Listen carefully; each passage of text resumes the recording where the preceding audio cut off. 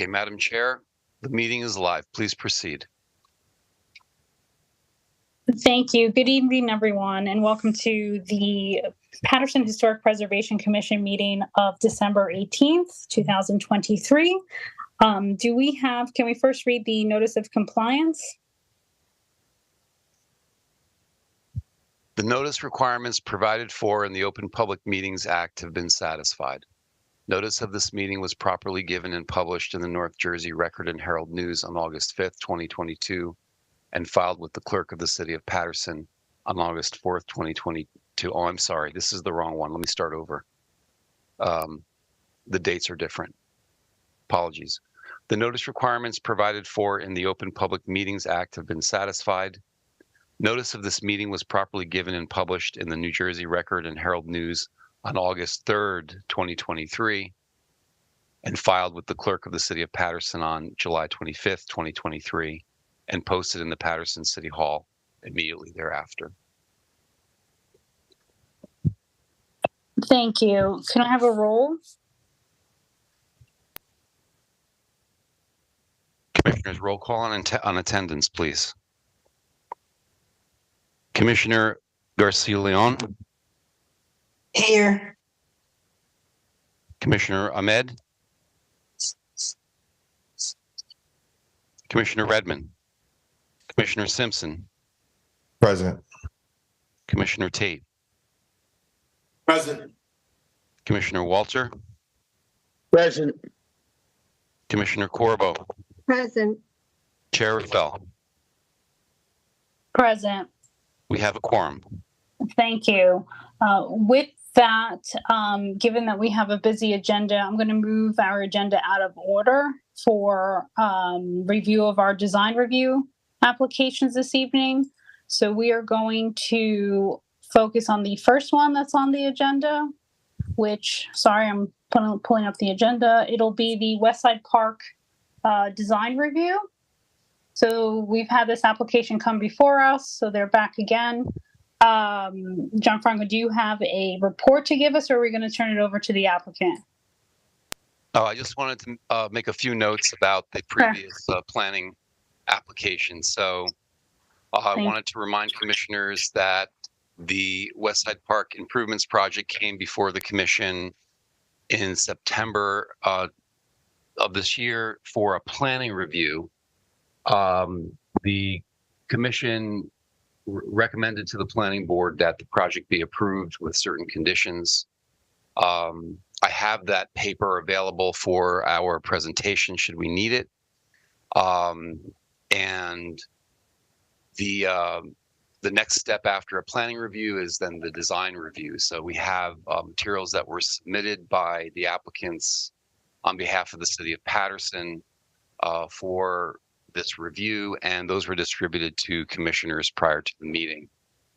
The materials consist of a presentation that our professional team will be providing to you here in a couple of minutes.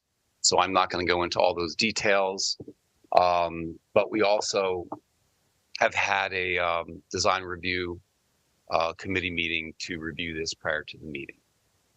So I wanted to just give a little bit of that background. Everyone knows that Westside Park is one of our major parks. It's historically designated under the Paterson Register of Historic Places, and the State Historic Preservation Office's review of this application for improvements was completed, and a number of archaeological sites were further found to be eligible for listing on the register, and we talked extensively about them at the last meeting. We won't be going over that level of detail here, but I wanted to again remind commissioners that had been completed, and that part of the review included a finding of of the park not having relevant integrity in accordance to the standards to be considered individually eligible, sort of site-wide or park-wide. So we have these discrete sites in the park, including the Van Houten House and its surroundings, the former Abraham Van Houten House, which is sort of situated in the Totowa Oval, the pedestrian footbridge crossing the Passaic River that's owned by Passaic County, and so forth. So with that background stated, again, I have the various materials we can refer to from the last meeting, should it come up in discussion, but I conclude my report, Madam Chair.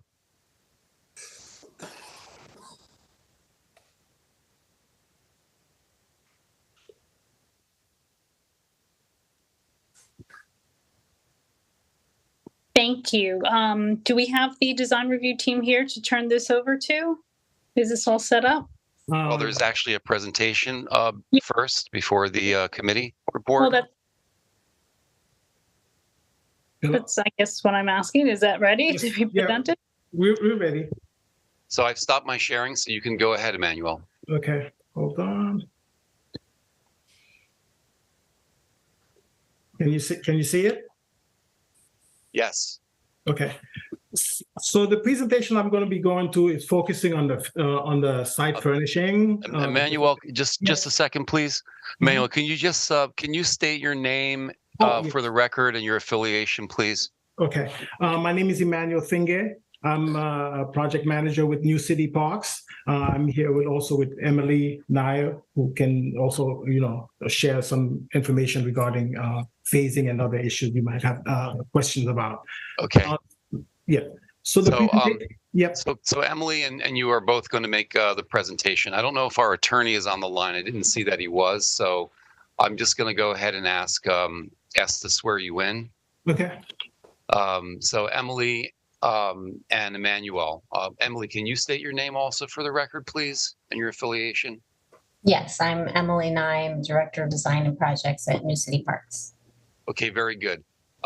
Do you swear that the testimony you're about to give is the truth and nothing but the truth? I do. Yes. Okay, thank you. Please proceed with your presentation. Okay, so the presentation I'm going to show is mainly focused on the site furnishing as well as the maintenance building. The site furnishing itself is pretty straightforward in terms of the choices, but the submittal in regard to the maintenance building, we've given a series of options that we can discuss, and perhaps HPC can choose which is the best option that they prefer. Again, we're trying to make it flexible in the choices so that we feel that all the options that we are presenting are good options, but there might be some preference. Okay. Hold on one second. Right. So the site furnishing itself, again, because this is a historically significant site, we're choosing material that, again, has been used in quite a few parks, historical parks in New York City and state, as well as New Jersey. The vocabulary, again, we have what's referred to as the World's Fair bench with the curvilinear aspect. Again, that's a bench that's used throughout a lot of historical parks. The two main elements being the two main furniture elements that you're going to see in the park is the benches and the lighting. That sort of set the vocabulary of the basic feel of the park. And again, so here you see. So in terms of the benches, the luminaire we're using is sort of what you see here. It's very similar to the Riverside luminaire, which is a historical luminaire with the framing. And again, this is it again. You can see this is this is a luminaire that's used throughout historical park. And in terms of the fluting of the post itself, here the shaft style you can see here. But what's interesting is the base will be the fluted style. So it's a combination of the post itself is smooth. However, the base of the light pole as well as the base of the light pole as well as the base of the luminaire is fluted, and the combination will be a good setting for a historical park.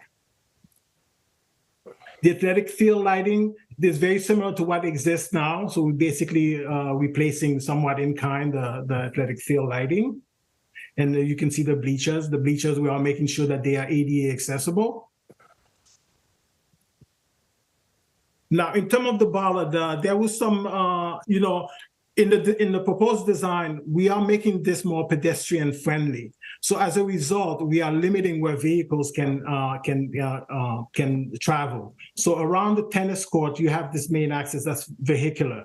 But the rest of the path throughout the park are pedestrian path. And to control that, we are providing a series of bollards at the entrances along the edge of this path, of this roadway here. Because of the grading, we are providing some pedestrian bollards, because the grading, if we had not provided the bollard, people would be able to go above the curb. So, and again, just bear in mind that we are not allowed to raise, because this is within the floodplain, we are not allowed to raise the ground. So as a result, we ended up providing bollards along the edge to prevent cars from jumping the curb.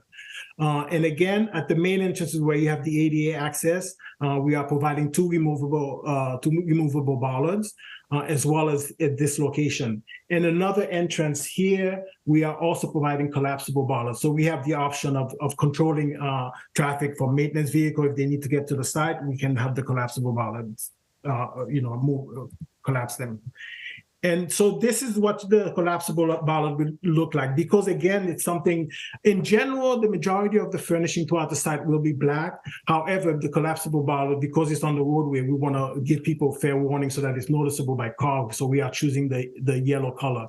And the reason for the flatness to the collapsible bollard, where everything else is circular, is to allow the, again, typically, you'd have a removable bollard, and again, we don't want to be losing this element. So this allows the bollard to fall back on the ground. That way, a car can drive over it. That way, we are sure to always have these bollards on site and not have them misplaced throughout the years. So in terms of the drinking fountain, we are providing here next to the basketball area, as well as in the picnic area. Having said that, we should have just indicated that there would be additional drinking fountain at the location where the sport facilities are, and both on this side and also at the Briggsfield end on the east side. Yeah. This is just what the drinking fountain would look like. With the picture, you see the color would be black. Obviously, we keep maintaining that black, the understated color that's typical of the historical park. And it's a combination of drinking fountain, ADA access to it, as well as a bottle filler. Fence, typical chain link fence, again, dark color, so that it disappears in the landscape. Now, the picnic area itself, we have sort of like a playground as well as volleyball. The volleyball itself, what we are providing, we show in the shape, but it's not going to be marked on the ground necessarily. Basically, what we have is we'll have these footings in the ground that are flush with the ground. Typically, you will see the landscape area appear as a historical landscape without this sports delineation on the ground itself. And then you'll have a playground, which would be sort of understated, and then you have a series of picnic tables and grills. Again, you can see that all of this furnishing, again, will be in a black color. The tabletop themselves, the wood slats, would be, or recycled plastic lumber slat, whichever it ends up being, would be the same color that you have in the benches. So there's that vocabulary we're maintaining, as well as the understated aspect to the grills. This is what the volleyball post would look like. Again, it's flush with the grass area, and then so they are removable for the most part. People just bring that in and slide it into the ground. The playground itself, again, because it's right adjacent to the pavilion and the picnic area, because it's adjacent to the pavilion, we're trying to keep the playground somewhat understated in terms of the height. We are keeping a low profile. Those wave climbers that you see, maximum at 4 feet. You'd have some GFRC climbers, again, very low. As well as some stepping mound. And again, some on the left-hand side, you can see this is just a painted color seal coat on the ground. Again, what you have is sort of a play area that while people are picnicking, the children can use this playground. But at the same time, you would not have a playground that's sort of in terms of the scale fighting the pavilion structure. We have two areas that have special pavement. Here at the main, when you enter, the sitting area will have special pavers on the ground. And then next to the World War I memorial area, we'll also have some special pavement. And I'll go through the choices that we have. So we kind of showing two options. One option being brick pavers, a gray brick. And the other option would be rectangular pavers. So we're leaving a choice. There's a series of sizes. Hello? Do you have a question? So the rectangular pavers, again, we're providing some choices in terms of the pattern. So whichever one the HPC feels comfortable with, we can go with. All the options shown are options that are acceptable to us, and it also gives you several options to choose from. For the maintenance building itself, again, this is just the elevation showing the different scale. So you'd have these large gates, metal roof, and then CMU masonry unit in two different textures. And then for this, we have four different options. Again, you can see the metal roof structure, the different color in terms of the shape of the metal roof, the texture of the masonry. So in option one, again, you can see the two different colors we have for the roof, either the grayish, the tan, or the green. And then the same thing would be for the garage door. So in option A, what you'll have is sort of a gray masonry unit with a combination of the grayish tan roof, as well as the same grayish MCU unit, except it's in a different texture at the bottom. And this would happen here. This would be the rough texture, and then this would be the smoother texture on the top. So that's option A. Option B, we're using a green roof with a combination of the gray smooth MCU unit, and then the bottom would be the rough texture. This is another option, which is more of a stronger color. It does tie back to the color of the roof of the pavilion. You'd have a kind of a brownish roof or a reddish roof, and the same option for the garage doors. And the masonry unit, again, you'll have a sort of a grayish brown masonry in the smooth section with the dark brown roof, and then the bottom section would have more of the reddish color. Again, if tying it with either the option with the brownish, sort of more earth tone. Option B, very similar, except the roof now is more of the reddish color, and that would sort of connect it, stronger connection between the roof and the bottom of the rough masonry unit.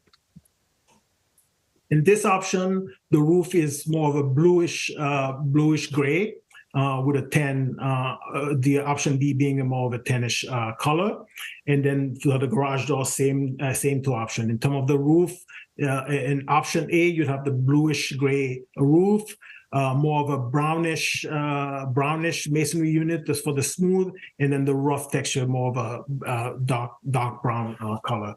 In the option B, the roof is no longer the bluish gray. It's more of a tan color roof in the same combination of brown with a rough dark brown base masonry unit.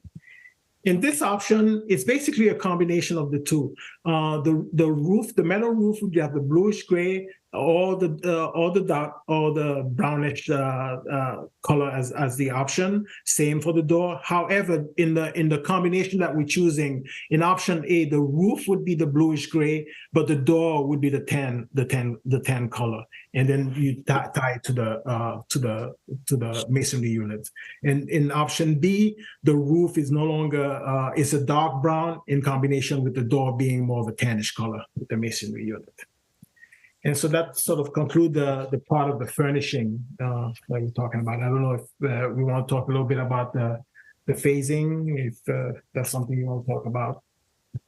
And Emily would take that option. So I stop sharing now, or?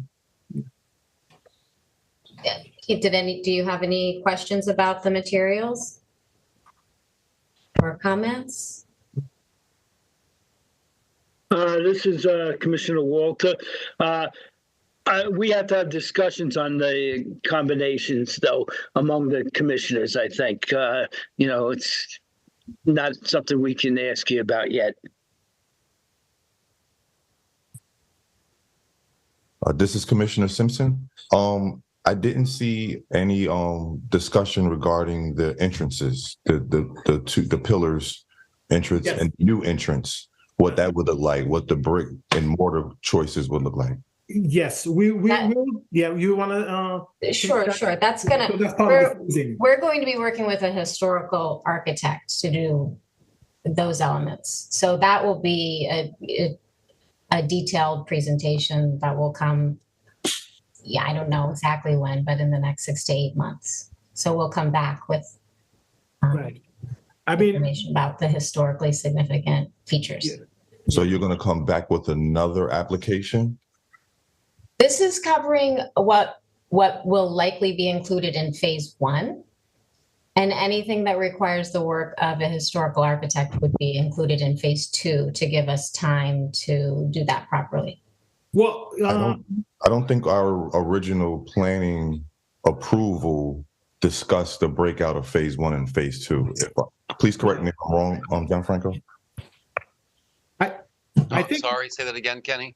I don't recall our planning review approval broken up into phases. So therefore, the design review will be broken up into phases. If I may, we need to sort of maybe we can go over a little bit of the phasing, because the phasing is kind of an important aspect. The reason why we are broken into phase 1 and phase 2 is because in the phase 1, it because of the ruling of the SHPO ruling, as well as the requirement of the grant for OLAP, we sort of like there's a jeopardy of we sort of like could be jeopardizing the grant if we include those elements that you're talking about. So the plan was we would have 2 consecutive contracts. In the phase 1, we would put all of these, the element that we just described in this application as well, the path and all this other stuff. And in the phase 2, which would immediately follow the phase 1 construction, we in the phase 2, we would start, we already in the work of hiring a historical architect to sort of like do the research that would be needed for the historical elements, such as the pavilion, the entrance pillar, and all of these. So in tandem, as soon as the phase 1 contract start, the phase 2, we will start the work, I believe, in the fall of 2024 in terms of, putting out the bid for that aspect. And then so that the 2 projects will happen consecutively. But in the meantime, again, because of the requirement that OLAP has placed on us, we cannot include the pavilion and other work as part of this. But the bottom line is... So we would have to amend our planning approval to reflect the phasing of the work, because we approved this inclusively with everything together. But now we're asked to review this on the design level separately. What's the assurances that you will come back for the second phase without us having that amended approval to reflect phase 1 and phase 2? Yeah, this is Commissioner Walter. I totally agree. And is the financing in place for phase 2? Emily, you want to? We are awaiting one award from ORLOP. We actually have another grant outstanding from the USTA that will give us more flexible funding.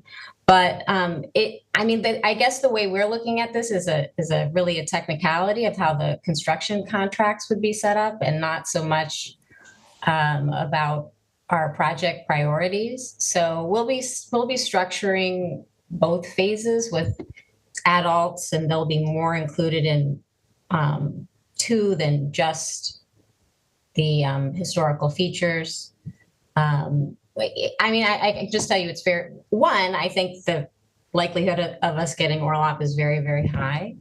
And also these are big priorities for the project too. We don't want to make a picnic area without fixing up the pavilion, and we don't want to have a new park without an entrance that suits it. So I just think it would have been a different conversation if we knew that this would have been phased out with when we were doing the planning approvals.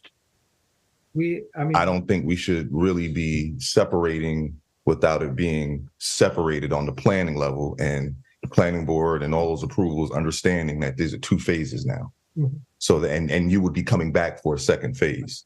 We had thought we had made that clear in the cover letter, but maybe perhaps that information was missed. Just be aware that we already, I think we solicited proposals from the historical architectural firm, so we are committed to doing this. This is Commissioner Corbo. Can I just add for the record that maybe we should, for people listening as well, let everyone know what is included in phase 2, that we back in September as a commission made a recommendation that we would like to see rehabbed. If you don't have that, I know I do, and I know the design committee discussed it. That would be the reconstruction of the sidewalk along Tuttle Ave, the rehab of the historical significant architectural elements, which include the pavilion, the pillars, but it's more. It's the World War I memorial, the river steps, signage, historical signage that we requested, and also the preservation of the women's comfort station. Yes. Where the comfort base remains. So I'm enumerating these because, like Commissioner Walters and Commissioner Simpson stated, we're very concerned that we want to make sure these elements don't get fallen through the cracks. And we also want the public to be aware that we have requested these things. Thank you.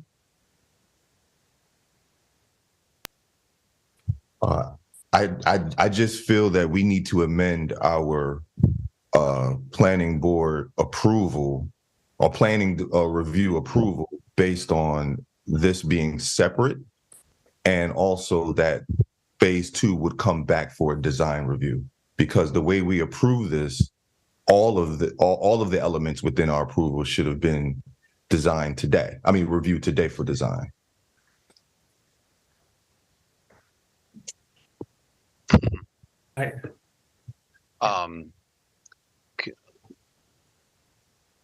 Commissioner Simpson, I just wanted to mention to everyone that on screen is trying to help with the conversation here by showing the letter that was written from the mayor to the commission about this meeting.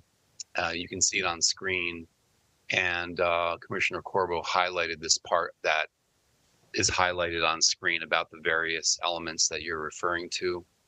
So that adds some clarity. And then if we go down a little further, it notes that it talks about what Emmanuel just mentioned about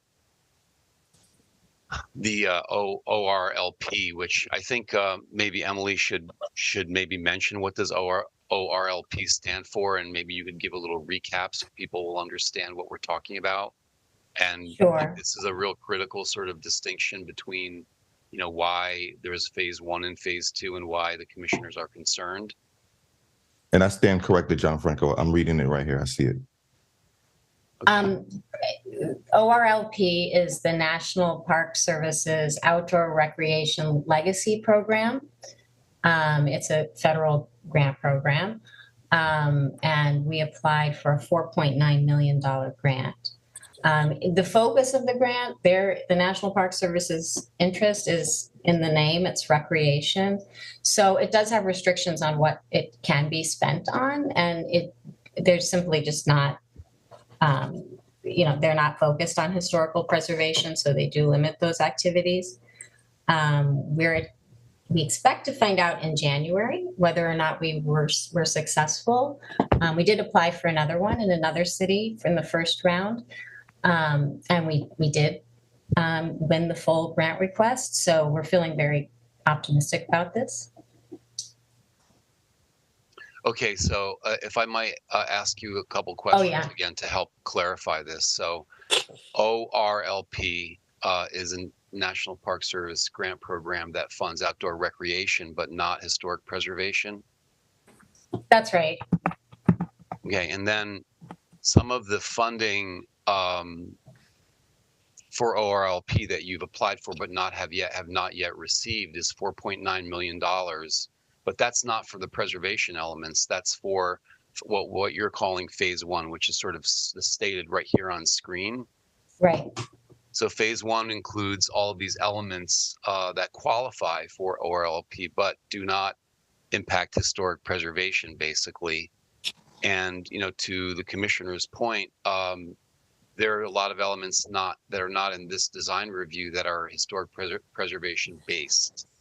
So you're suggesting that phase 2, which is the second thing I'm highlighting here, will be the historic elements like the pavilion and the entrance and the memorial and the steps, etc.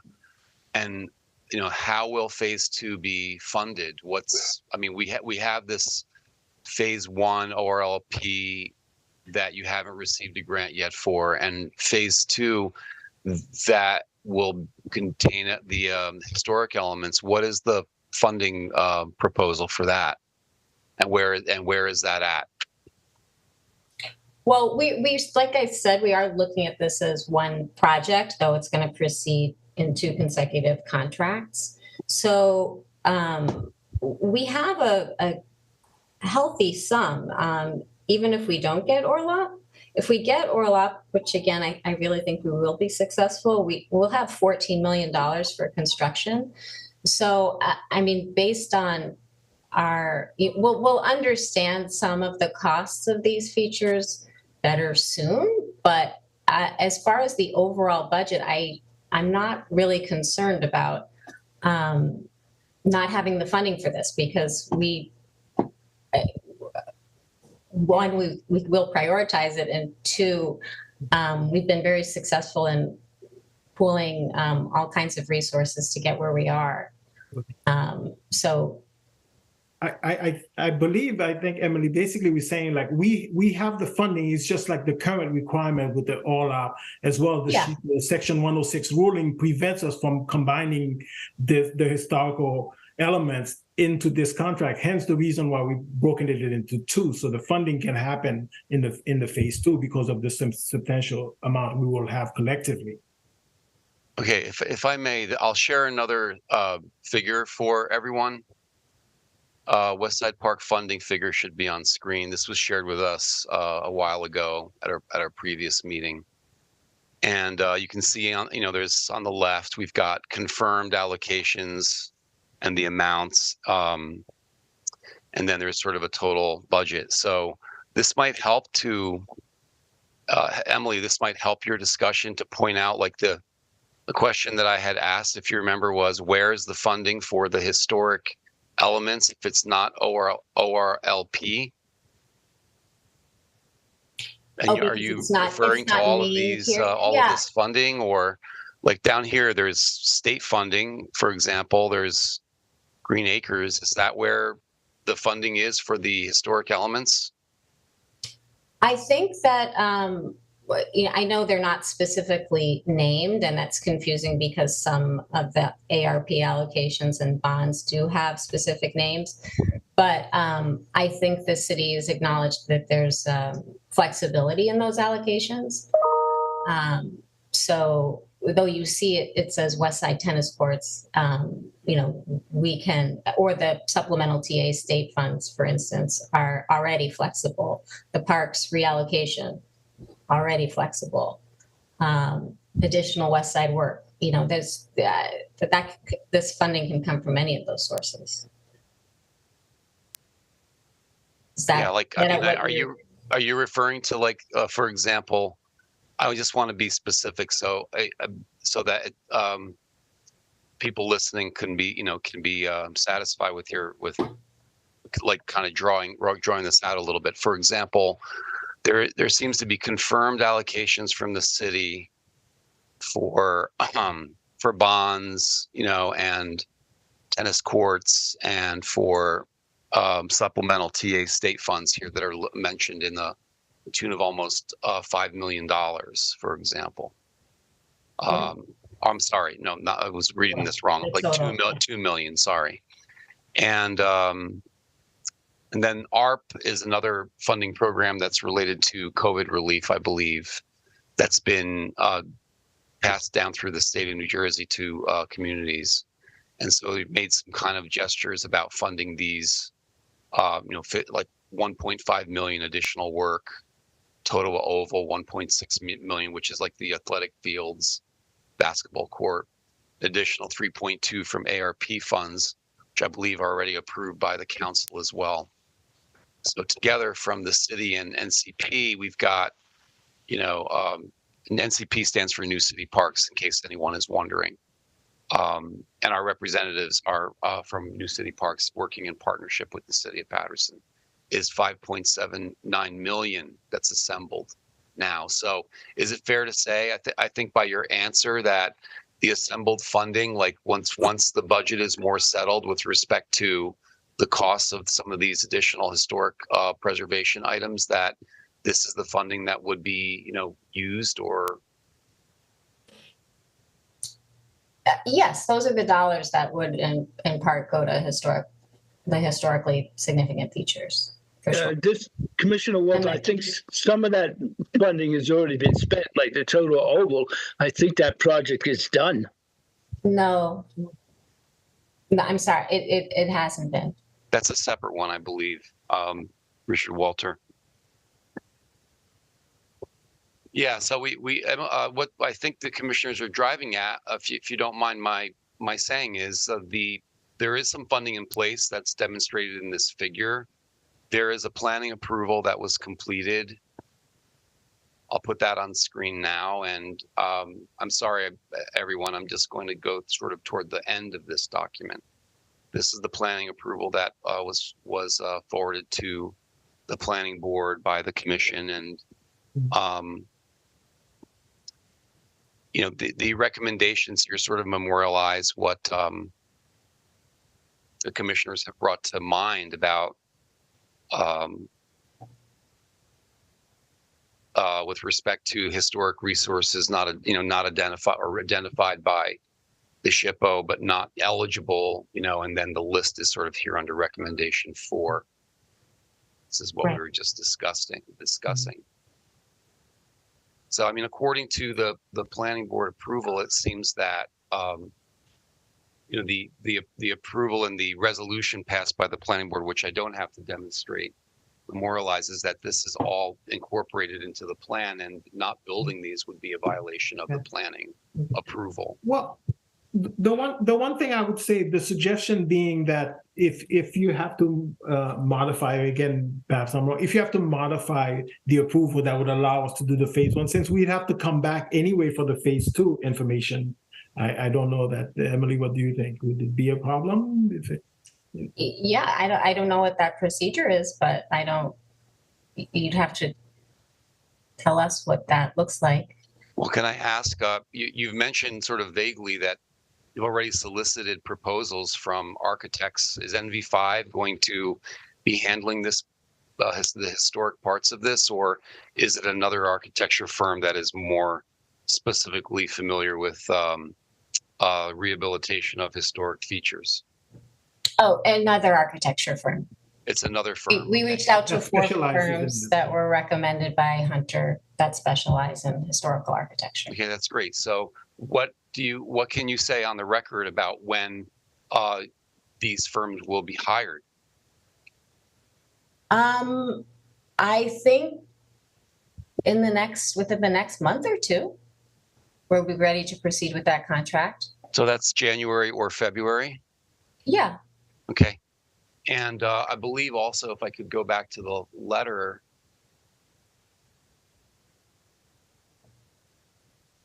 there's some timelines provided here. For example,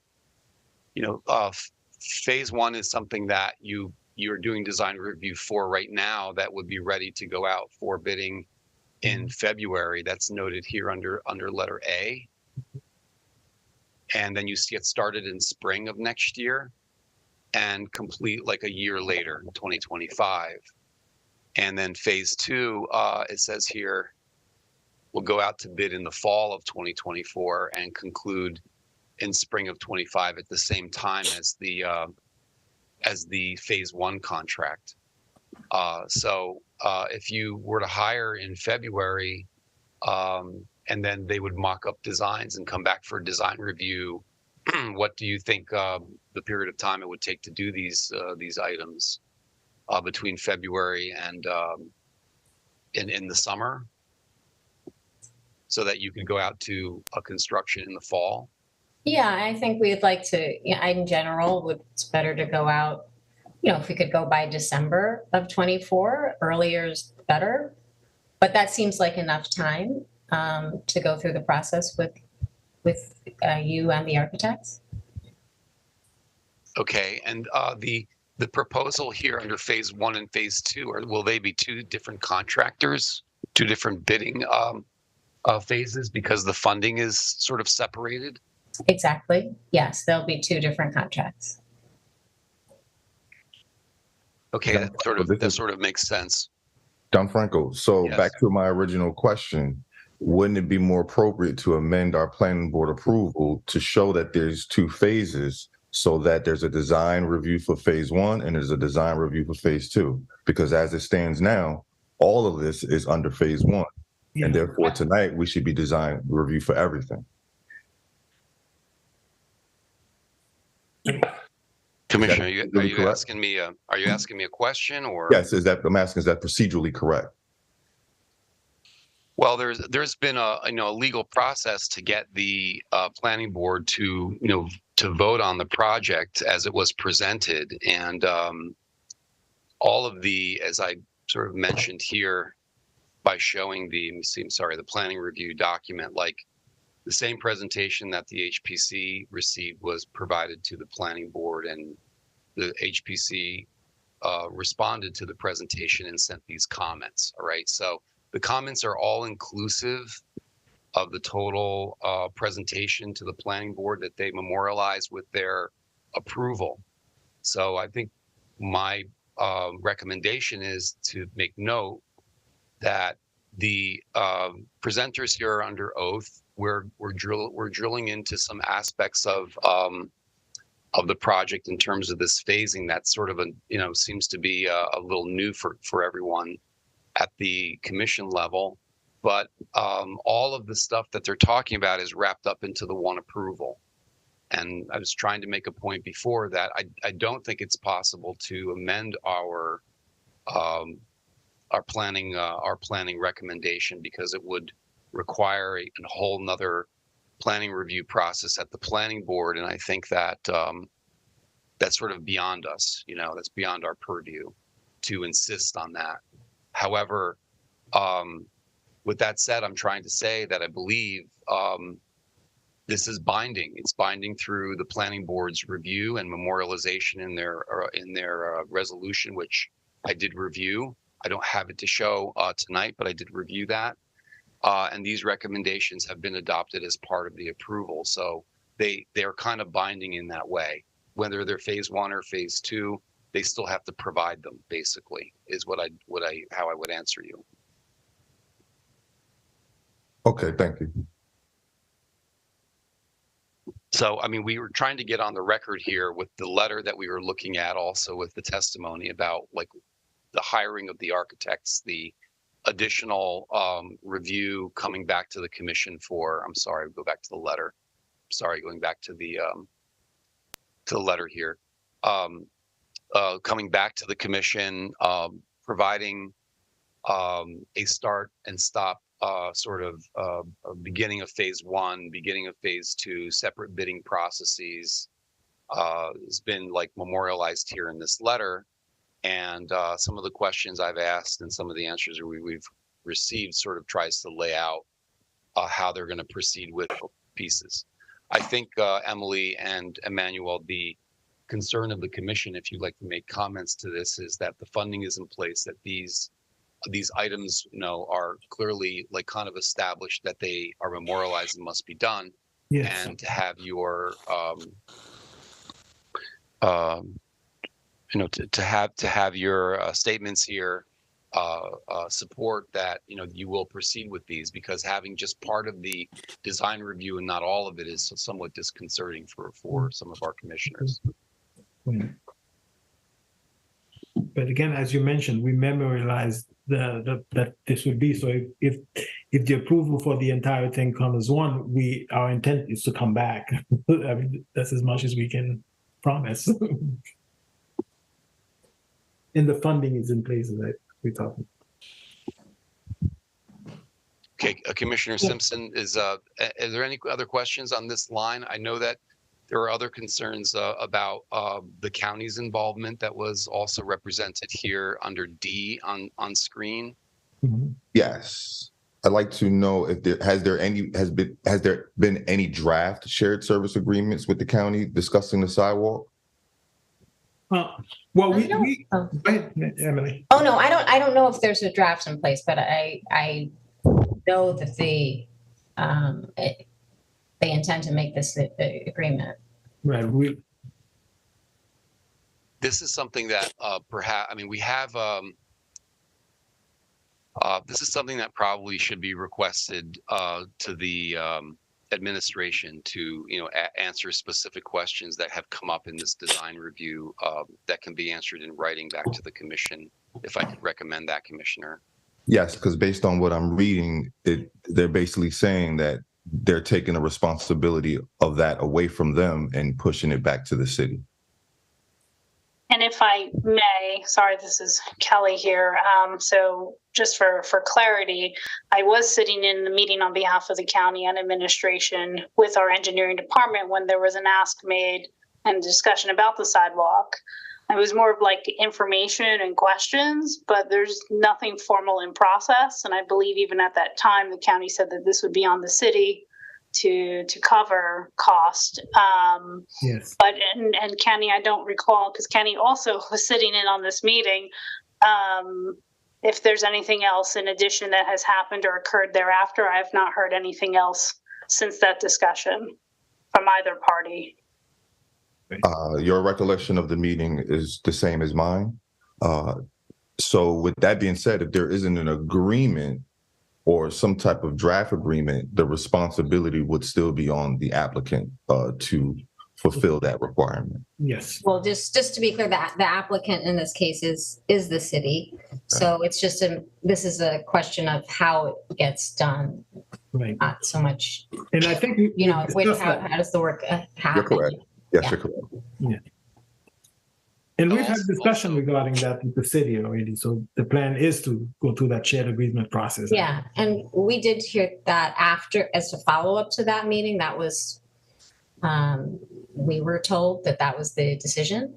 So though I can't speak to what's happened behind the scenes, but that's our understanding. That was the decision that was made. Because at that meeting, that me and Kelly said on, it was stated that the work could only be done if the county was to enter a shared service agreement, if it was during a resurfacing project. And a resurfacing project for that area probably won't happen for another 2 years, maybe 3. So Has that changed? During the meeting, it was about 2 years. Sooner. Yeah. I don't even believe there's any design for this area. So it has not been identified in a formal resurfacing project, to my knowledge. I believe we already have allocated our resurfacing plans for other county roads for 2024. So the soonest we're looking at is 2025. And again, that's if it, right, like I think another conversation has to be had between the two entities. So I think, because not to talk this shop here, your organization and the city should reach out for a follow-up conversation to talk about this, so that we have, even for yourself, the benefit of an accurate timeline and decisions by both. So Gianfranco, this is Commissioner Corbo. I then have a question. Was the sidewalk on Total Avenue then also memorialized in the planning board approval? I believe so. And in our, I'm going back to I'm just switched over to the planning review memo. Yeah, remember. Recall. I think it was actually. To see if I can find it and put it on screen, but I think it was noted because it was something that was discussed heavily during the planning review. Okay. I'm just scrolling here quickly. I apologize to everyone. No. Just Commissioner Walter, they're going to make an additional curb cut there, so there has to be some sidewalk work being done by them if they're going to have the exit curb cut. Well, it's Right, also- right. That's already in the current plan we submitted as part of phase one, but it wasn't the entire sidewalk. And yeah, during our meeting, as I recall, it was like 5 or 6 miles of Totowa that was going to be resurfaced starting in the spring of 25. Maybe that's changed, but we can So we can follow up and see where that stands now. But I know that the intent was to piggyback on that since the work was to be done anyway. So Emily, in regard to the sidewalk, we'll reach out to the city and discuss, where it stands in terms of the shared service agreement, or if there's a project relating to the. But having said that, if since we were going to pay for it either way, we could perhaps include the sidewalk if we had to. I just have a small question. Is there any reason why the historic markers are being left for phase 2 and not phase 1? It doesn't seem like a heavy lift for historic markers. Well, I think thinking behind that is just that why put the historic marker in place before the historic element has been renovated? They kind of go together. But an entry sign, is something that maybe we would get sooner. But I think one of the signs that was requested, if I recall, was for the Van Houten house. So that's something we would just hold until that work was done.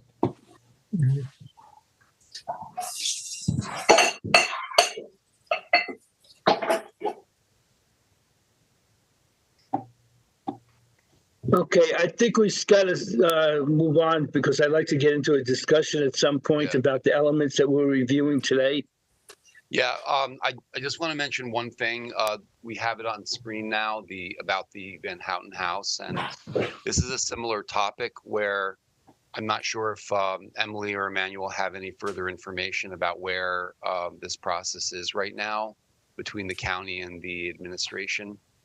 This was an important topic that was discussed, and I know it needed a lot of complicated steps, and the design of the park as it is that we're looking at in design review hasn't changed to reflect any additional requests by the county, for example, in its in kind of posturing its needs or its use of the Van Houten house with respect to parking or accessibility or pathways.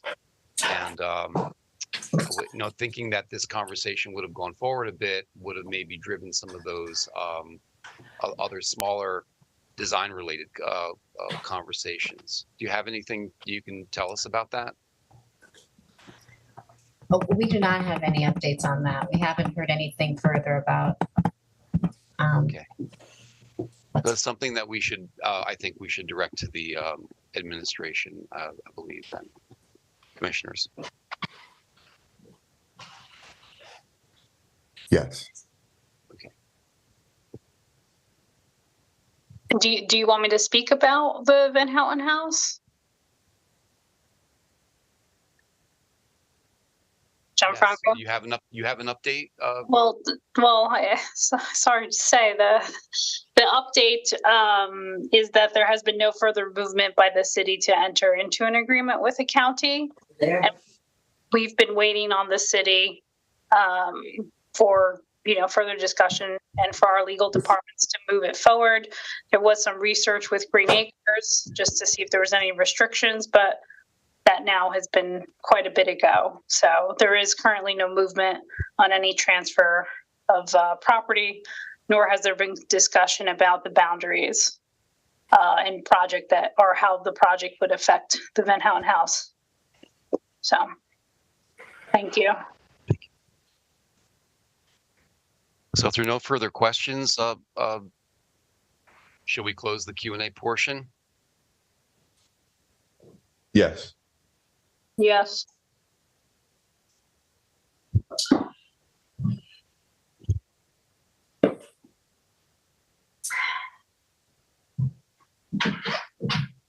Madam Chair?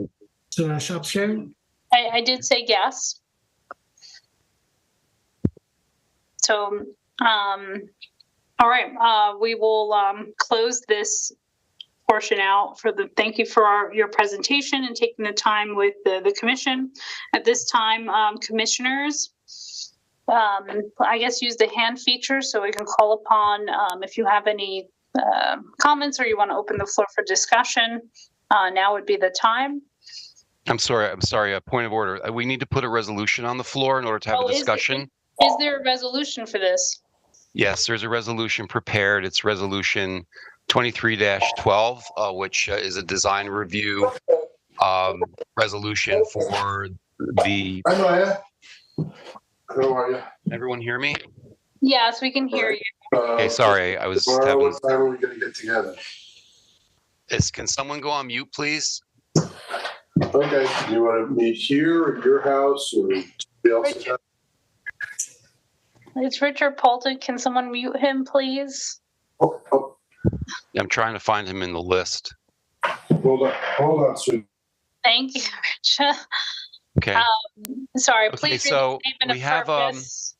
we have resolution 23-12, which is the design review for the property at 114-242 Totowa Avenue, block 1401, lot 1 in the city of Paterson, otherwise also known as Westside Park.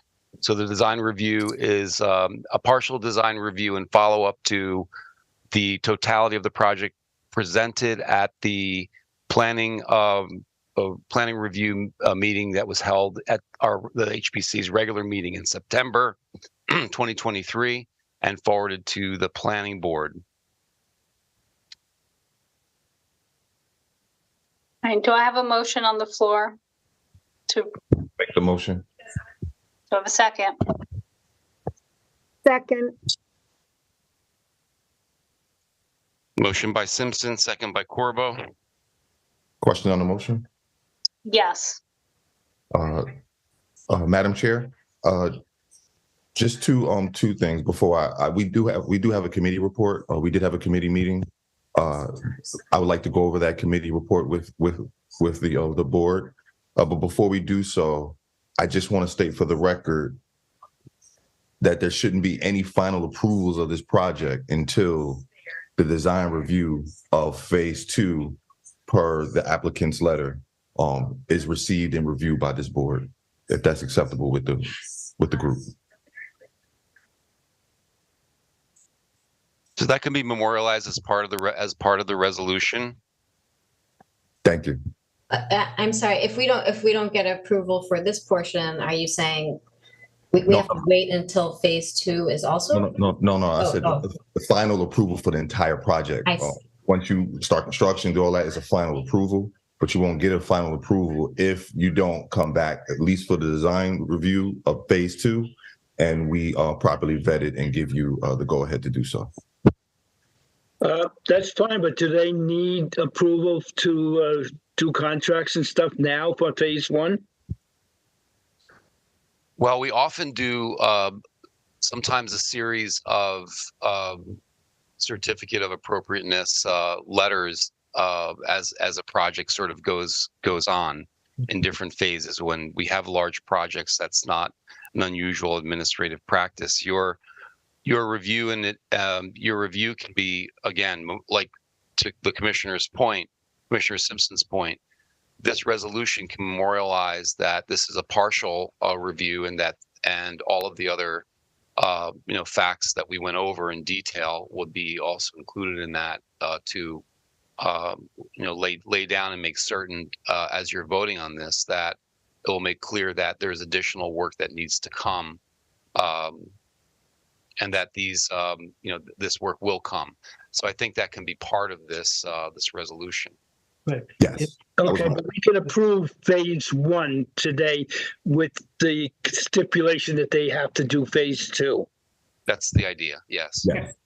All right. So, Madam Chair, we met on a Saturday on December 9th, I believe. We had a meeting. We reviewed the project that was presented to us, and I'd just like to give you our recommendations following in somewhat of the order of the table of contents. Yes, please. Please proceed. So in regards to the benches, we do feel that the benches are historically accurate. However, they're not robust enough for Paterson's purposes. So we would recommend that they use the Dunmar Series 59 in color black to match the light poles. And we will be able to provide those cut sheets for the applicant. Okay. We feel, like I said, the park lights should be black in color. However, we may have to have some discussion on the actual final determination of the style. We're recommending the hollow fane, no rib or trim, with the standard finial. Just the glass, but maybe we can use a cover. We're not sure. But the leaf style housing, if that's appropriate for the board. As far as the park lights, as far as the park lights, the poles and the bases, we're looking at the hollow fane pole, FTJ fluted, 4 or 5 inch diameter, tapered, with a 12 foot in height. We feel the hollow fane base, 17 inch diameter, is the most appropriate, and also in the color black. Okay.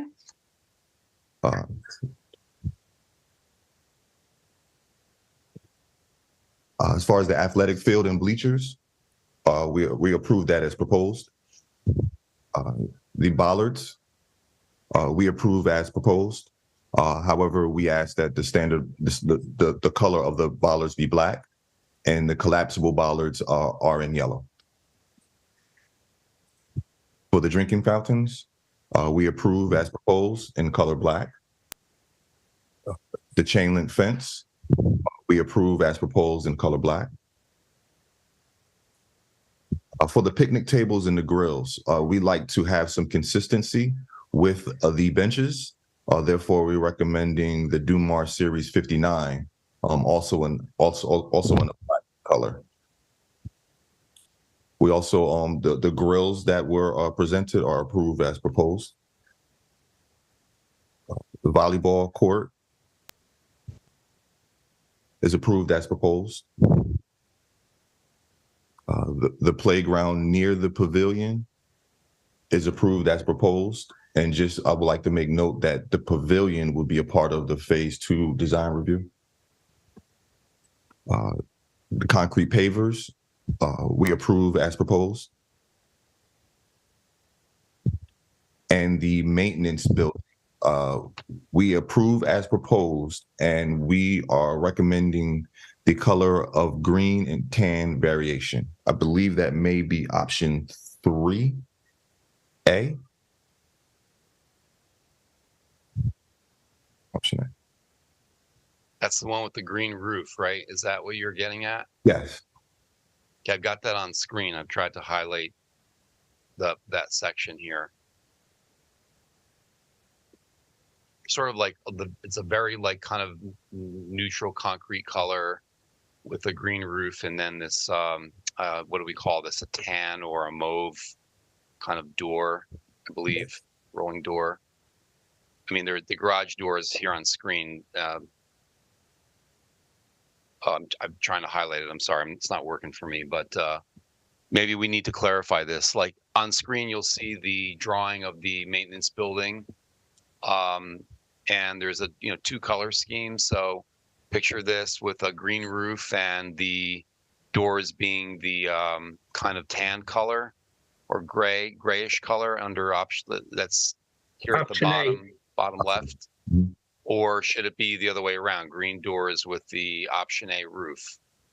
No, I believe we discussed the roof being green in color. Okay. And then the doors, what option? You see the doors on the lower left, the garage doors? Yes. Green also? No, we it was a contrast. I believe we said the tan color. Okay. That's because I need to memorialize that. However, if there's any specific mortar colors, we would ask that the HPC office approve that in the field. Right. Right. That's normal. Can I just Can I just mention the paving? You said approved as, but they gave a bunch of options. choice, We should yeah. pick. We should pick one of the options. I'm kind of going to that, so we can do that. Here you go. It's on screen, so you can discuss that. So it looks like, you know, there's a classic brick in gray. I believe that this, I'm highlighting it here on the left side of the screen, so you can see the photo example of the kind of a brick layout, and then the different patterns, whether it's herringbone or running bond. And I believe that even though it says stone right here, I believe this is representative of a brick, a classic brick. And that's on the left side. We did talk about, you know, the herringbone versus the running bond. But then the other option over here on the right-hand side is to do with, you know, using like rectangular pavers, and they can be, you know, they can be 24 by 20, like 2 feet square, like large pavers, basically is what's being shown here, or have it in like a random layout or in kind of a running bond layout. So those are what appear to be the choices. Did the committee have a recommendation? I believe the design review committee was discussing the brick pavers and the herringbone design. Yes, Joyce, I was going to say that was the choice that you picked. you said herringbone. Yes. So we will go with the herringbone style. If everyone agrees, it doesn't. Everyone agrees. Right. I agree. And Madam Chair, that concludes our report. If anyone else has any other questions. Thank you. Actually, at this time, does anyone have any questions or they want any of these points to further discuss?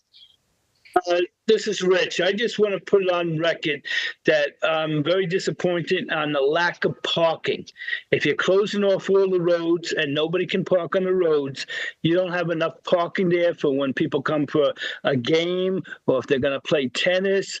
There's just not enough parking, especially maybe even if you have something in the pavilion. It's not enough parking.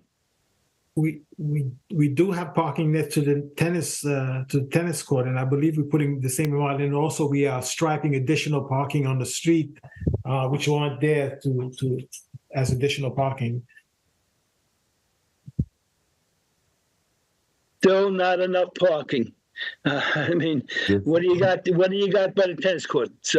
20 spots, something like that. I believe it's the same amount that existed in the existing parking. So we did that, and then in addition, we are adding additional parking along the street. Yeah, but we are not reducing the number of parking. Yeah, in the past, people parked on the roads within the park. You know, it wasn't just that little parking lot by the maintenance building. It was on the roads. But now you're closing off the roads in the park. So the only parking in the park is that by the tennis courts. Yeah, but that was one of the intentions of limiting the parking inside the park, because people were just parking everywhere in the park right now, and to try to break that paradigm. But that also allowed people to actually allowed more people in the parking. It was a good idea, if you want to say. But I agree with Rich. There's not going to be enough parking. People are going to be parking in the neighborhoods, and I just want the public to understand that the neighborhoods will absorb all the people now, as opposed to the different network of roads within the park absorbing the people. There was one other topic that we reviewed briefly in the committee meeting. However, it didn't make it to the list that you just read, Commissioner, because it wasn't part of this presentation. And I thought I might bring that up again. It has to do with the pathways that we see like on screen here. There's going to be clearly a lot of sort of smaller pathways to discourage the use of cars driving on them the way people are doing now. They'll be much more pedestrian oriented. I understand that if I recall correctly, they're probably they were recommended to be asphalt. And in Eastside Park, we're working on a couple of path rehabilitations or restoration projects where we're experimenting with a product called chip seal, and we're using chip seal also in the Great Falls. That'll be laid down in the spring. We don't have it now to demonstrate. However, I think that all of you will remember that we've discussed this a lot when it came to Eastside Park, and I wonder if this would be a valuable consideration for this project. And to remind everyone, chip seal is an asphalt an asphalt base, like is proposed, I believe, in this park, and then the addition of hot tar that covers the entire asphalt, and then a layer of aggregate or gravel, like small gravel, that gets placed into the hot tar and then rolled down with a roller, a heavy roller that will then, when it dries, becomes permanent, a permanent surface that's easy to repair, it's easy to maintain, like asphalt is, but it provides a more historic look to the park, as it kind of looks more like stone or stone dust. Yet it's a firm, reliable surface that can be maintained easily and doesn't provide any ADA issues with respect to strollers or wheelchairs, etc. I would like to just remind about that discussion if there's any more you wanted to say about that portion of this review. No, but I would like to add that recommendations. Yeah, I agree. Can I?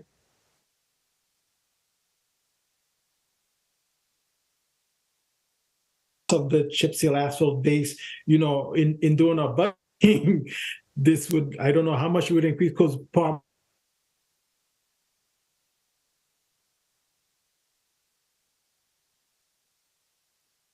the comparison asphalt. Like what the additional cost.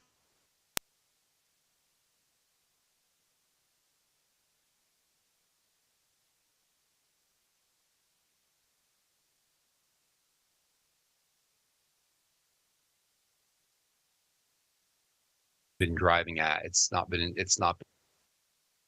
We went over this a lot at the initial planning.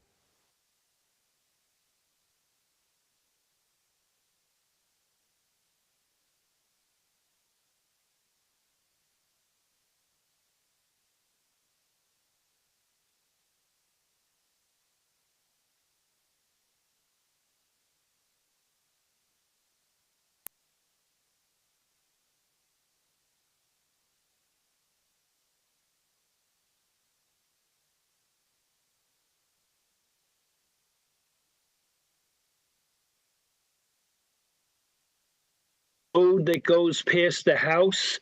You don't even have a pedestrian.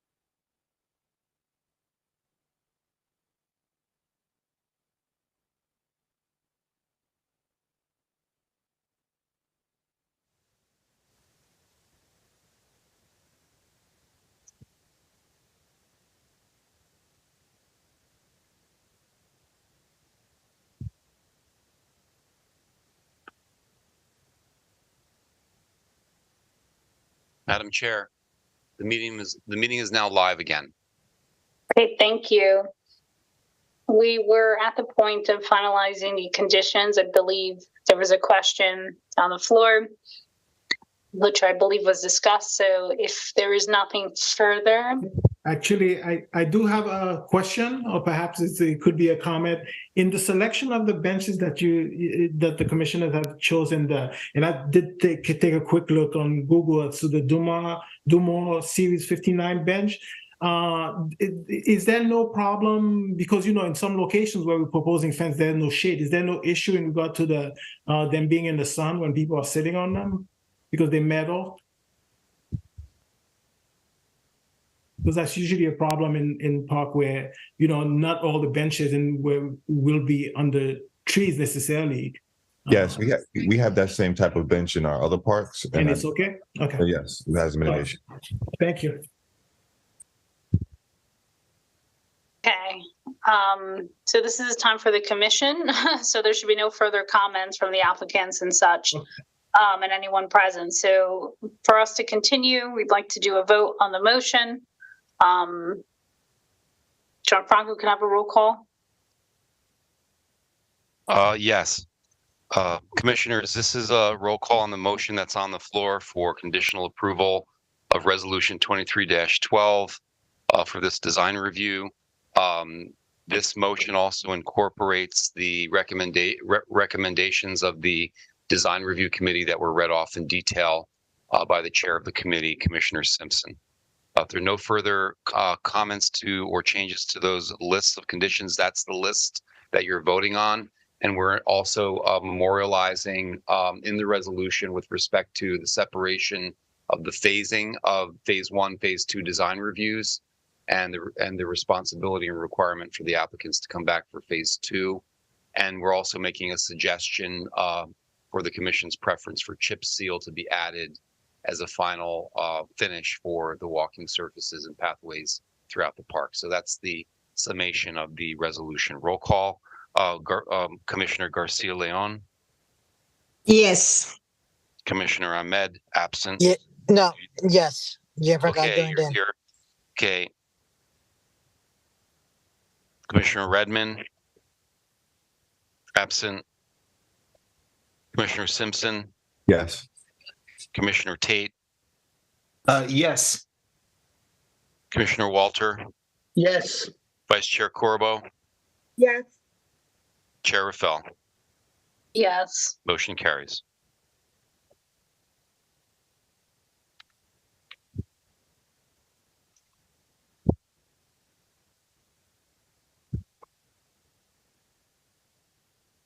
Okay, thank you. We're going to move on to our next item on the agenda.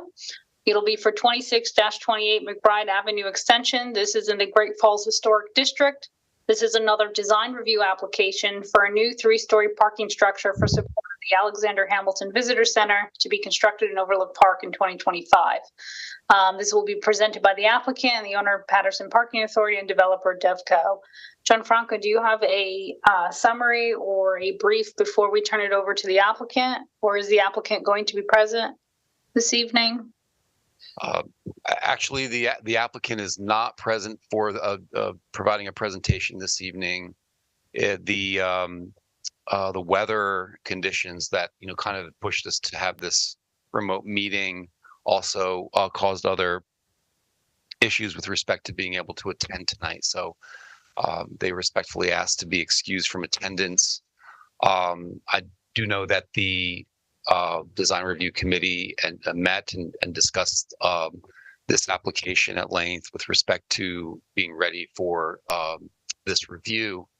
And I would like to start by, again, just giving a recap of our previous work on this application. Okay. And just before you do that, do we have permission to proceed on this application and do a vote without the applicant present? Yes. Okay, thank you. Okay, so on screen I have our agenda. We're now at item B. I just want to confirm, can everyone see that? Can you tell me that you see that on screen? Yes. I see it, yes. Okay, very good. Yes. bear with me while I just sort of clean up my desktop a little bit. Okay.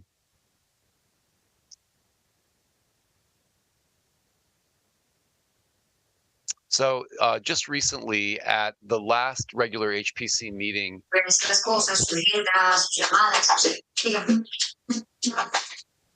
someone needs to go on mute again. Okay. At the last month's HPC meeting, which I believe was November 23rd, just before, Thanksgiving week, just before Thanksgiving, the HPC did a planning review for the McBride Avenue parking garage. And the applicant here is the Paterson Parking Authority that owns the land. And the developer on behalf of the parking authority is called DevCo. And this project is intimately connected to another project that we reviewed a while ago, informally reviewed a while ago, called the Great Falls National Park Visitors Center, which is to be constructed in the parking lot of Overlook Park, which is now federal property. The other project that we reviewed that is tied to this project is 320 Main Street, otherwise known as the First Presbyterian Church on Main Street. And if you will recall, it's adaptive reuse for a youth performing arts center for Paterson that is being undertaken by New Jersey Community Development Corporation, NJCDC. So these three projects are tied together with respect to their funding mechanisms, and they sort of depend on each other. This was all reviewed in the last meeting, and it's really important to make mention of this for everyone who's joining us tonight. So the deck is owned by, the land is owned by the parking authority. The visitor center property is a federal project being built on federal land, and the Youth Performing Arts Center is a nonprofit organization on their land. And there's a variety of funding, including historic preservation funding and grants for the church that is being used for these, for like various parts of these projects. So with that said, this is the presentation that was provided to us, which I'm just going to go through because it has the renderings and things that brought us to where we are today. The McBride, I just mentioned the project team, which is on screen now. We have the Parking Authority, the NJCDC, Hamilton Partnership, is the official friends group for the National Park Service, which is very much focused on the visitor center component of this project. And DevCo is the New Brunswick Development Corporation. And Walker Consultants is the architect of the parking garage that we're looking at. And this gives you an idea of its site. And you'll see here in green, and this green circle, where I just highlighted is where the garage is proposed. It's on McBride Avenue Extension. It's right adjacent to Overlook Park, which is right here. And it's, just sort of out of view of the waterfall. And across the street is another building that we're going to be reviewing in a little bit, that we've called historically the Glen Rowe building, or the Oppenheimer Silk Mill. So this is the location of the garage for everyone to be reminded. And we have like these objectives. Will not destroy any historic resources. Will be on a site with low archaeological sensitivity. Will be compatible architecturally with the massing and scale of the mills. Will be differentiated from the mills by materiality and parking garage form. Will support a visitor center that will educate and improve the park experience. So this is what was presented to us in terms of the goals. This is like the original sort of design through concepts when they were asking for input.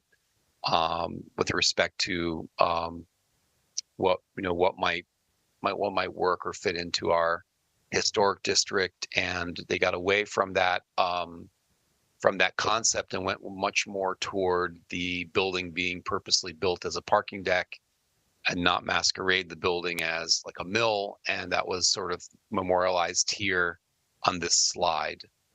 And then we went into the renderings for the proposed building. So we have sort of a 3-story deck with a ground retail. We're looking down McBride Avenue here in this area. And this is another rendering of the same perspective. This is sort of a facade treatment. So it's sort of, I'll just go over the parts of this real quick. The entrance, the vehicular entrance to the deck is over all the way to the right side or the lower elevation, because although this rendering shows it's like flat, this is actually a slanted site where the left side or closer to Overlook Park is higher in elevation than the right side. So the lower portion is where the cars come in and go out from. There's also a pedestrian stairway. You can kind of see it here in the rendering on the right side. Then you sort of circulate up into the parking areas. And then you're invited to walk over to this tower on the other side of the deck to use the elevator core or another stairway for exiting. And this side of the deck on the left side of the screen is for pedestrian access and exiting, for the most part, walking sort of uphill or to the left to the park, to the national park area and the visitors center. Here in the center, at the pedestrian level, we have 2 retail spaces. They sort of mirror each other, where you have an entrance, 2 entrances close together. One space opens to the right, one space opens to the left. So that's sort of the configuration of the deck.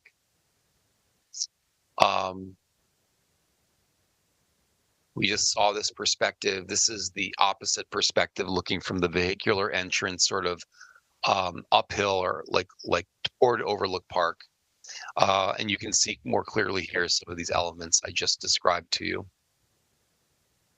This, by the way, I'm gonna call this a false facade, which means it's a sort of a fake element that is made to mimic a building or give you an idea of a building with the fenestration and the cornice, and it serves no purpose structurally other than just decoratively as part of the architectural concept. This is a sightline view from the Quarry Lawn park area that's being built, which is lower than the deck, but right behind it along the river. So it's demonstrating that it's a very large building, and you're going to see part of this building from the Quarry Lawn. When these trees don't have leaves, you might see all of the building, actually, because the building extends this entire sort of perspective that I've just highlighted. This is the point of view of the building from Overlook Park parking lot, where the visitor center will be constructed. And you can see that there's very close proximity between these 2 sites. And what separates them is an outcropping of rock. And the building is large, so it'll poke above that outcropping of rock, and you'll see the upper couple decks of this garage. This is sort of an aerial or bird's eye view. This also gives a nice explanation of how the garage functions with respect to it's split in the center with 2 sort of parking areas on each side. This is sort of typical of a lot of garages that most of us have been in, where you kind of circulate and drive upward or downward on these inclines, with the space being divided kind of in the half in the middle of the building. And this is, of course, the stair tower and stair core and elevator core, serving as the main pedestrian exit. Again, another bird's eye view to give more of an idea of the scale of the building. You also see the visitor center right here next to it in this case. And that's the conclusion of the presentation. So We also had the benefit of getting a response from the State Historic Preservation Office on this application for this building, and it was quite detailed. And a couple of highlights that I'd like to mention to you is that as far as archaeological sensitivity, the State Historic Preservation Office has disagreed with the assessment of the site being of low archaeological potential, and is requiring that archaeological monitoring be included as part of the construction activities, which for which they need a plan to be submitted, then they need the monitoring to be done, then they need a report at the end of the monitoring to report on what happened during the monitoring. And monitoring means that when the construction is actually happening, qualified archaeologists will be on site to monitor and watch the construction in case of the ground disturbing activities and cover any archaeological features. So that's the summation of archaeological monitoring, and that's one of the requirements that SHPO has levied as part of its review. They've also said here in the next paragraph on screen that they've deemed that this application is not technically and professionally complete and sufficient, and they've asked for additional information before they can make a sort of a judgment call on the entire project. And the judgment that they need to get to the bottom of is either the project will have no impact or adverse effect to the district, or that it will. And they're asking for more information before they come to that conclusion. And I'd like to point out here in this paragraph that they are mentioning that they know that we, the Preservation Commission, is reviewing the design of this deck, and that it's going to the planning board with our recommendation. However, they also realize that there's further consultation that is needed, and the SHPO, is interested in knowing what the HPC's conclusions are with respect to design, and that's what we're talking about tonight. Just to kind of finish up, they additionally asked for other information, such as a parking study and details about the funding formula for the garage, and some kind of more less historic.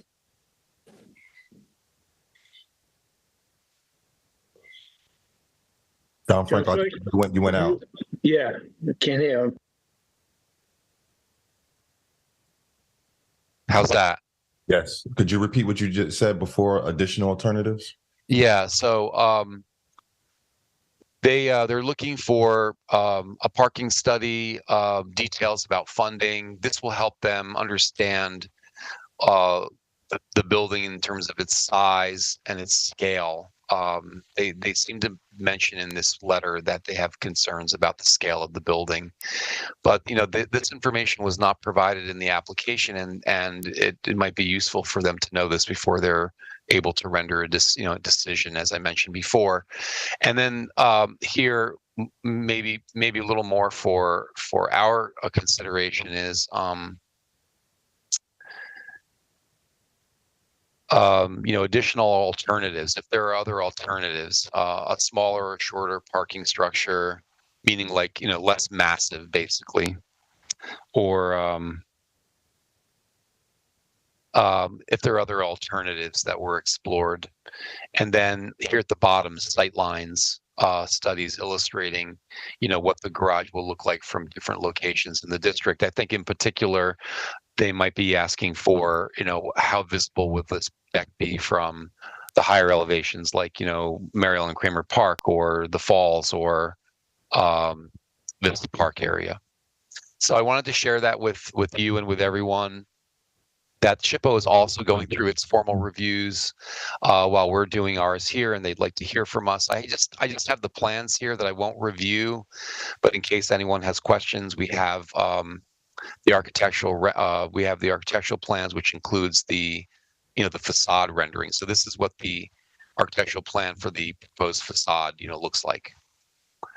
And here's the Hamilton Center that we looked at quite some time ago, a couple of years ago, and it was really like the design was really gone over several times, and a lot of thought was put into the materiality of this building, of its finishes, and how it references or fits into the architecture of the district. And case in point is like that a lot of brick was added to this building that you can see here on screen. And then this this green panelization, these are like metal, this is a metal architectural metal system that is harkens to like patinaed copper or bronze type metals that we see different places in the district. And then of course concrete and kind of robust stone, basalt, which is memorialized here in the water table of this building, which is sort of the bottom of the building. So we want to keep this in mind as we think about the architectural design of the garage, because it was represented that the garage like kind of wants to look like the visitor center and like reflect that architecture. That's what the presentation was to us. This is the back of the visitor center, and the historic steam plant foundations are at the bottom. And yeah, so that's what bringing us up to speed. I know that the design review committee met and we discussed this. I wanted to make note of one other meeting that I was able to accomplish prior to our meeting tonight. That happened just on this past Friday, so I didn't have a chance to share a lot of it with you. But we had a review, an informal review with the National Park Service reviewers out of the regional office in Philadelphia, which looked at this design and provided some feedback to you know, what the meeting that we had in November. And they made some recommendations that we might want to look at as well. So that concludes my report for now. I'd like to turn it back over to the design review committee. Thank you, Gianfranco. Kenny, would you like to share what the committee has prepared?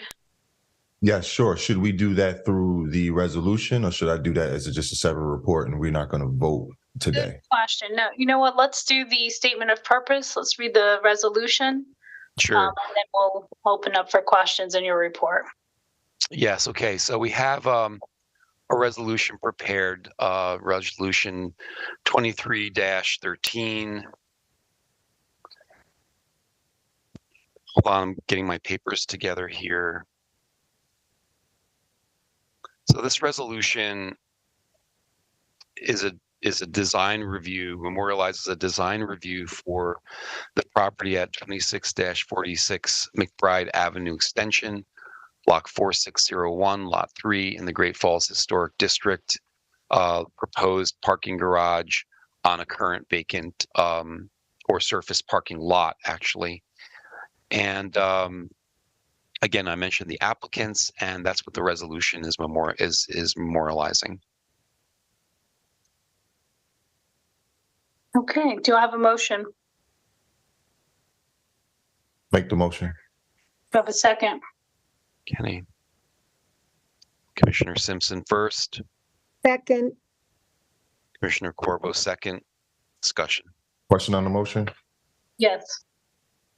Madam Chair, so the design review committee did meet on December 9th. At that meeting, we discussed this topic in great length. But the main topic we spoke about was our conversation with the applicant when they presented before us, where we asked the applicant to use brick as much as possible where appropriate to ensure the compatibility with the area. We even recommended that they could use a similar color of brick that they proposed for the Hamilton House to create the uniformity that they were looking for. So what we did as a design review is we prepared a rendering to describe pictorially what we were saying with words, so that there wasn't anything lost in translation about what we meant when we said use brick where appropriate, as much as possible. So John Franco, could you please show the rendering that we prepared? And I'd like to go over that with the commission and the public.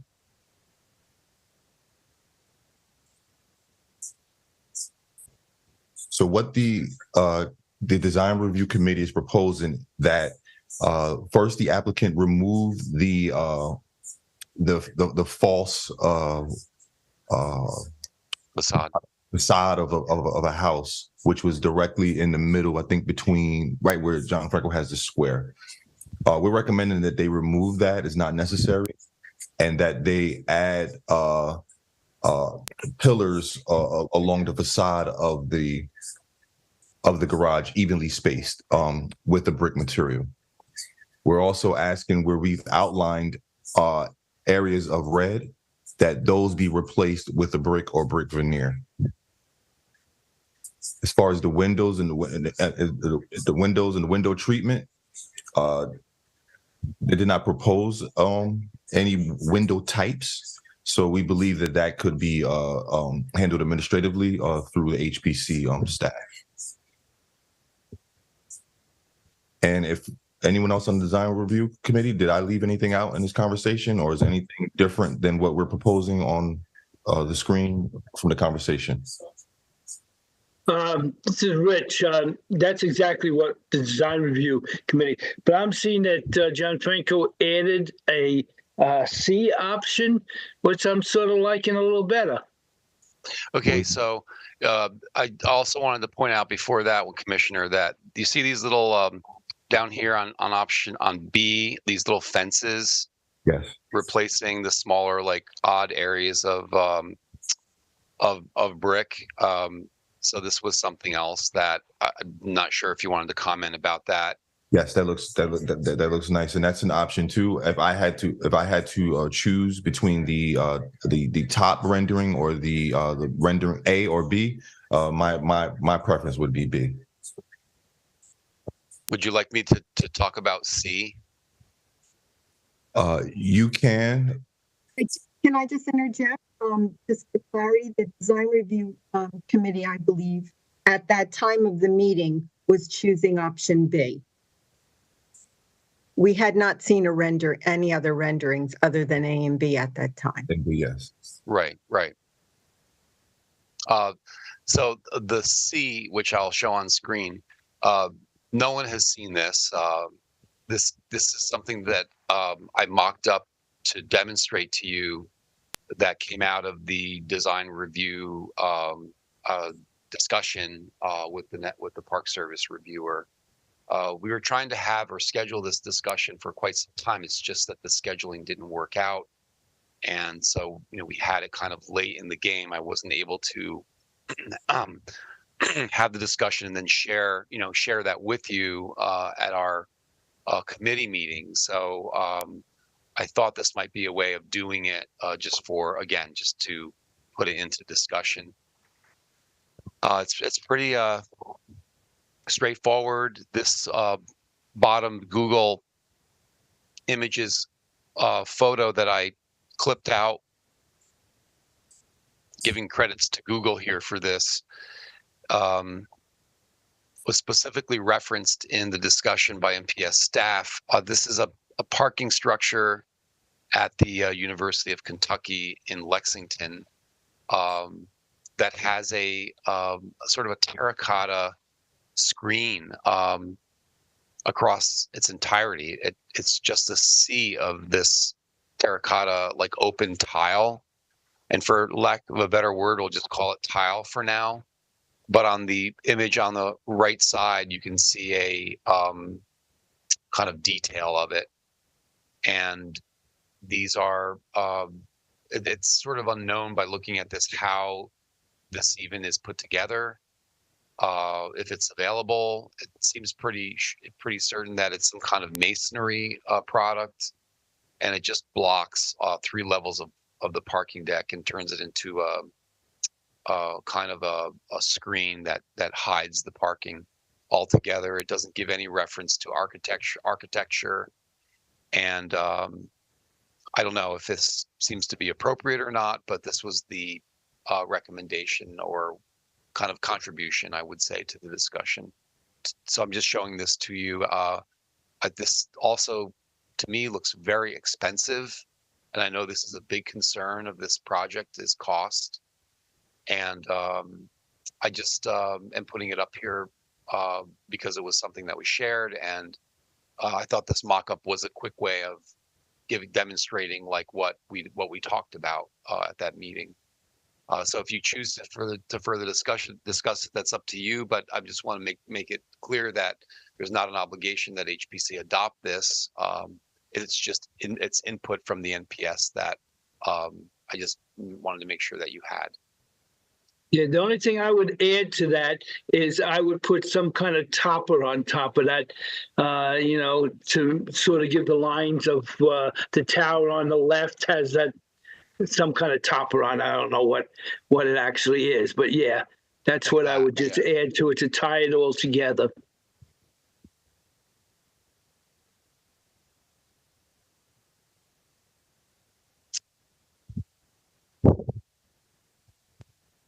Okay, so I mean that concludes my portion of the report. And about the design review committee, did everyone make the report? And is there any more discussion about the report or other discussion?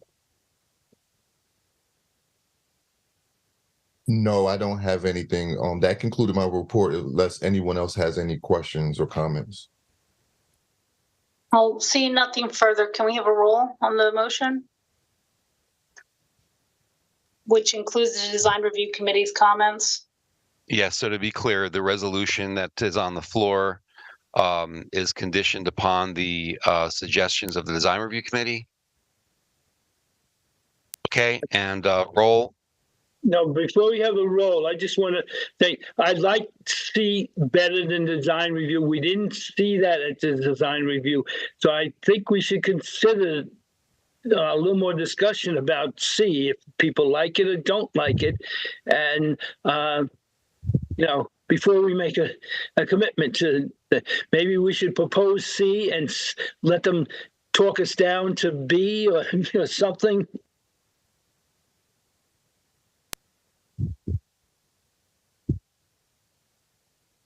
Yeah, I mean, at this point, a lot of effort was invested into the committee's review.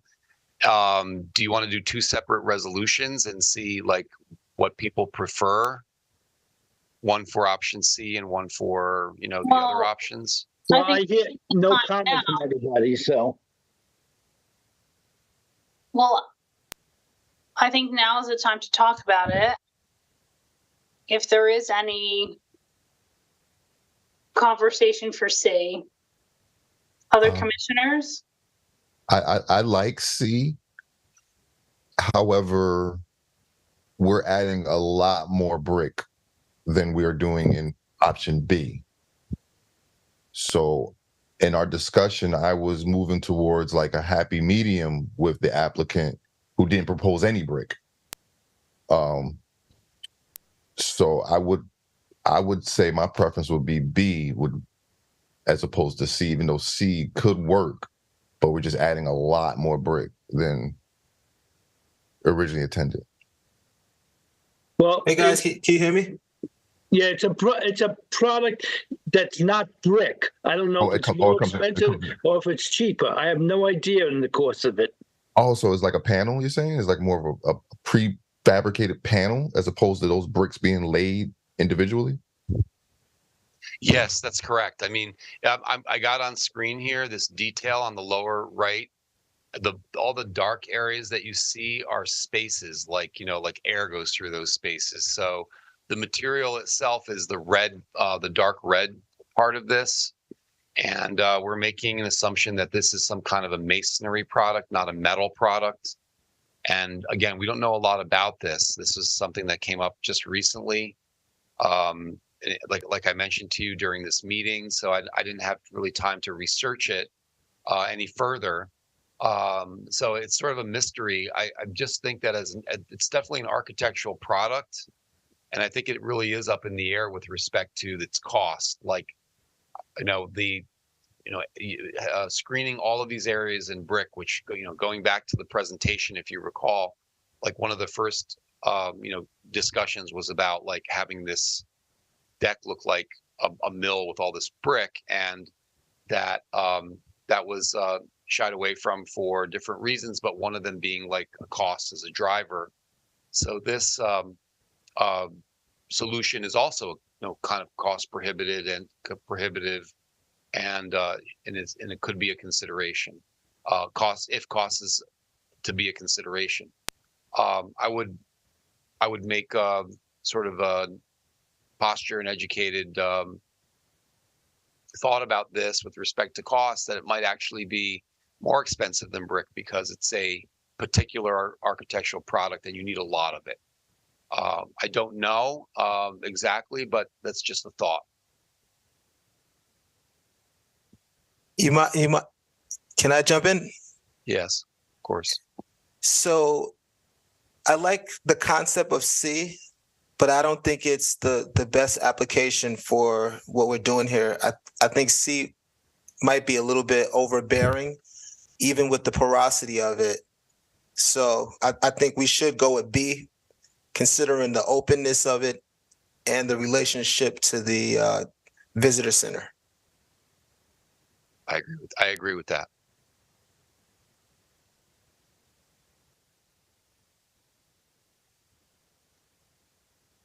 This is Commissioner Corbo. I agree also. I think I like B the best aesthetically, and I know we're not supposed to consider the cost, but as Commissioner Simpson said, in our discussion, we were pushing for brick, and this is more brick than I think they wanted to do in the first place. So I think B is the best option.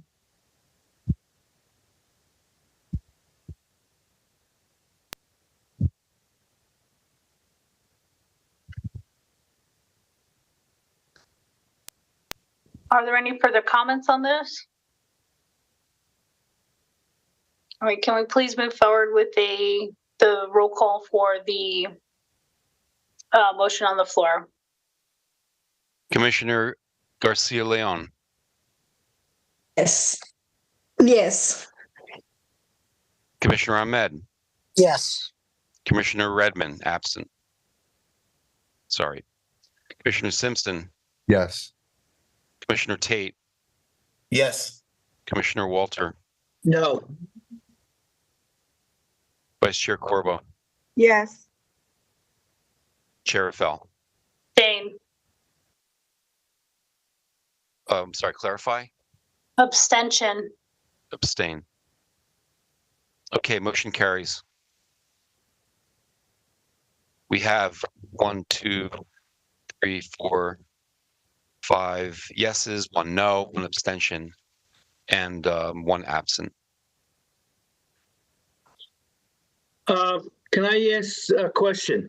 Since this is going to be seen from the park side so much, are we going to consider any recommendations for the back of this building?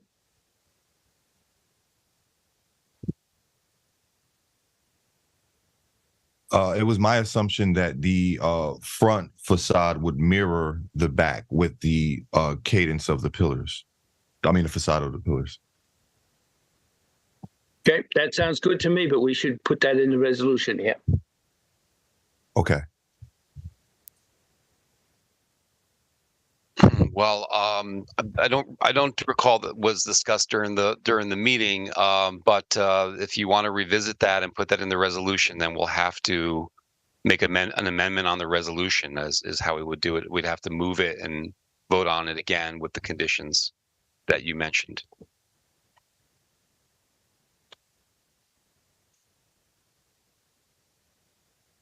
Well, anybody else feel that we should have it the same on both sides and the sides and, all around?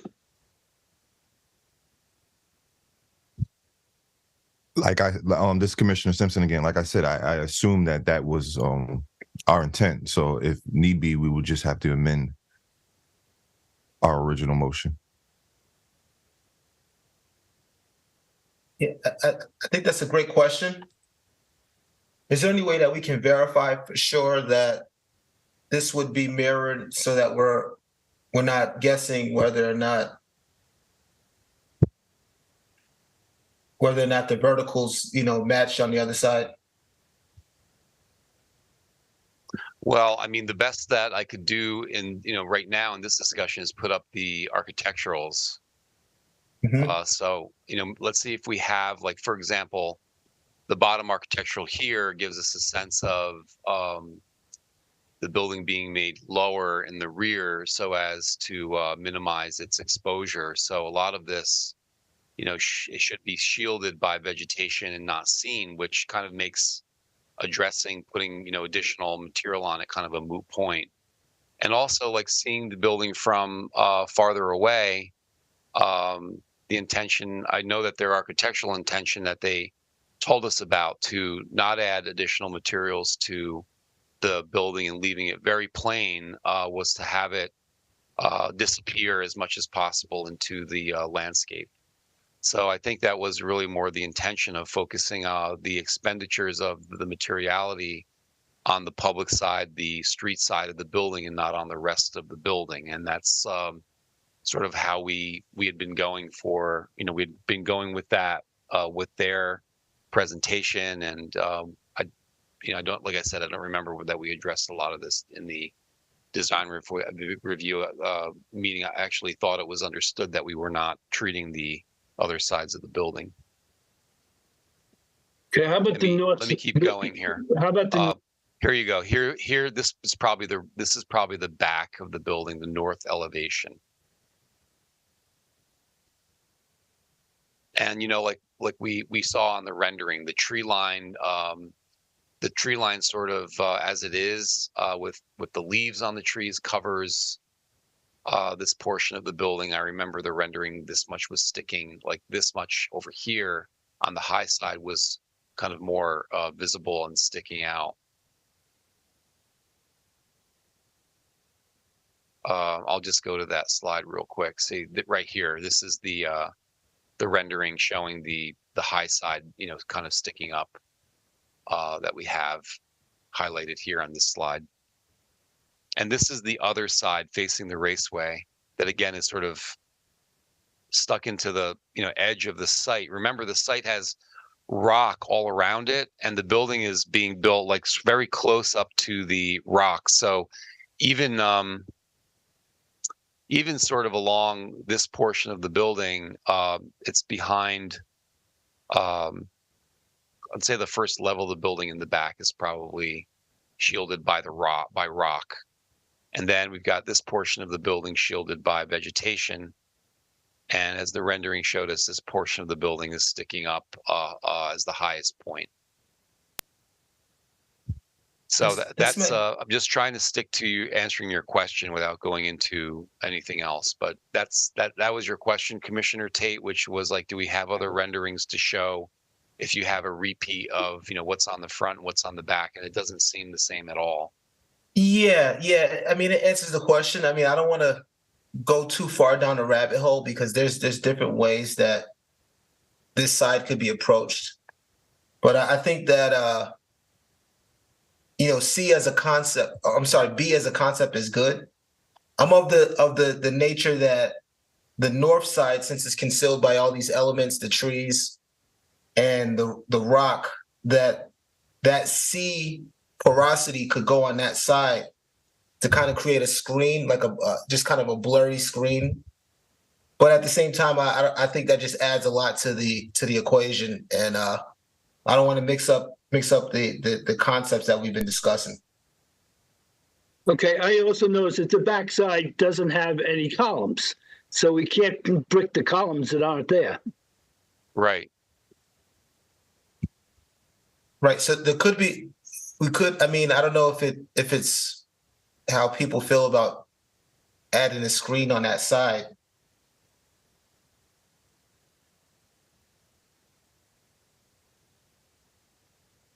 again, I mean, the site is a little complicated with respect to, you know, all of the existing conditions, and there wasn't really a lot of photos shown to point this out to get people, I think, familiar with what the site looks like. And I'm trying to do that. I'm doing that because you asked about it, but also I think I'm also trying to support the architectural concept that the deck is simplified to the point of only what's needed, so that the parts of the building that are showing you know, out of the vegetation and pop up out of the rock outcroppings and so forth, people have a very a way of it fading just right out into space, into the landscape, and it not becoming sort of an apparent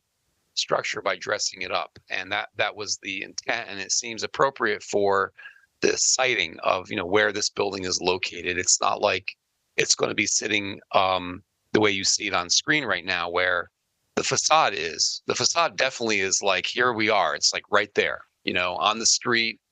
There's nothing screening it.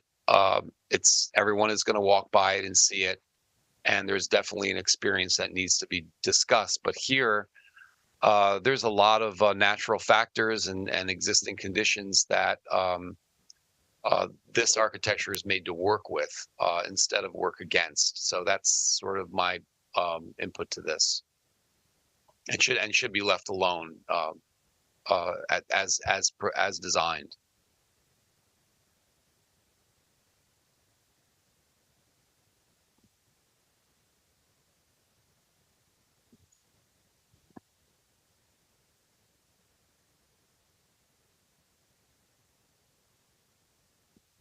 Thank you.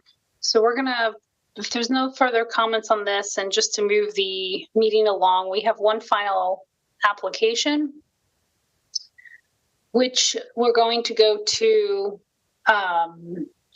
37-53 McBride Avenue Extension, also in the Great Falls Historic District. This is a planning review application for the adaptive reuse of a former silk mill building adjacent to the Middle Raceway, which is presented by the applicant owner, Servant's Heart Mystery. Gianfranco, before we turn it over to the applicant, do you have a report prepared for us? Or summary? Yes, thank you. I provide, this is a planning review for adaptive reuse of this large mill building. I do not have a map set put together to demonstrate to everyone the kind of progress of the building historically. We usually prepare that for this presentation, and I had prepared one once a while ago, and I have not located it for the presentation today. So I'm going to have to go without that. However, I will tell you a bit about the architecture of the building, and I'll try to put a photo on screen of the building. If you just bear with me, and I'll grab a folder here on the side and show and demonstrate the photos to you as I talk about the building.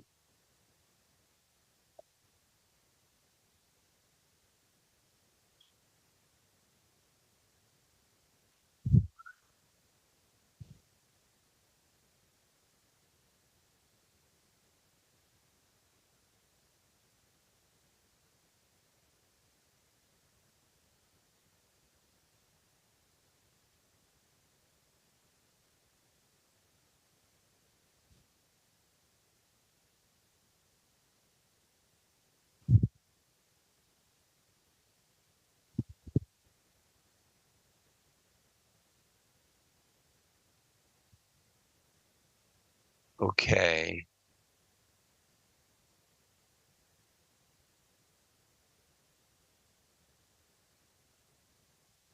So these are not all the exact photos, but I think these will suffice for now. I'm not sure if I'm showing this on screen. Are you seeing this on screen? I see it on screen. It's also in the live feed. Okay. Terrific. So I was trying to open all of those files, but that was all on screen already, right? Okay, very good. So this is actually the side photo of the building. This is a particular kind of architecture that emerged at the turn of the 20th century. That really departs from the traditional masonry and heavy timber construction of the typical textile mills that we see in our district, going back to even to the earlier part of the 19th century. The buildings that we have, these sort of large, massive brick mill buildings that are masonry and timber, are largely from between the 1870s and the 1890s in our district that we have examples of. And this building is built a bit later in about 19 teens and into the 20s. This is an example of an industrial architecture called the Daylight Factory. And it incorporates and departs from the use of timber by incorporating the use of steel and concrete in a fireproof construction method. So the idea is very obvious in this photo, showing the pilasters, which are these sort of long vertical columns, these structural columns that are in tan color or white on screen as the vertical supports of the building. And then these long spans creating the window bays between these two columns. And these are spanned by steel that kind of differentiate the floors, and by a poured concrete floor. So the use of steel and concrete together in this way is something that's pioneered like late in the 19th and early 20th centuries. And this is sort of a little more advanced example of this kind of architecture. The bays that you see, that meaning the areas in red stucco here with the smaller windows, were all a window system. They were probably steel sash windows. They were fixed windows with a tilting or an opening pane in each of the four bays that originally, the three bays that originally occupied. And I have a picture I'll show you in a moment. But also want to point out this very strong concrete sill that is just at the bottom of these large windows, and this brick knee wall. The brick knee wall is repeated horizontally on each of the bays. The kind of ornamental or very plain ornament of this building is reserved for this cornice and the parapet wall with another kind of coping above it that's also articulated in what looks like concrete. So it's got a really different look than our other buildings, but it's unique in that it's the only one within the Great Falls Historic District. Again, this showing the kind of side of the building. So and this is sort of some of the important features of the architectural qualities of this building. It was originally known as the Oppenheimer Mill. And this is a photo of the raceway, the middle raceway, which is directly behind this property. And this is a view of the rear of the building. And I'd like to point out the smaller kind of one-story addition that you see sticking out to the kind of right side of the screen. This is all an additional space, work space that was added much later than the original architecture of the building. So this is an addition. We call this modern addition.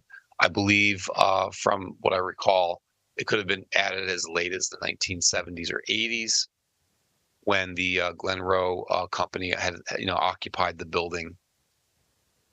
These set of photos were taken with respect to some of the tree cutting and the work that was going on behind the building. So I apologize for just having this side of the building, but I have a couple of others to show you here as we get through. This is part of the facade. You can see that the older windows were removed and this sort of like infill with these smaller windows replaced quite some time ago.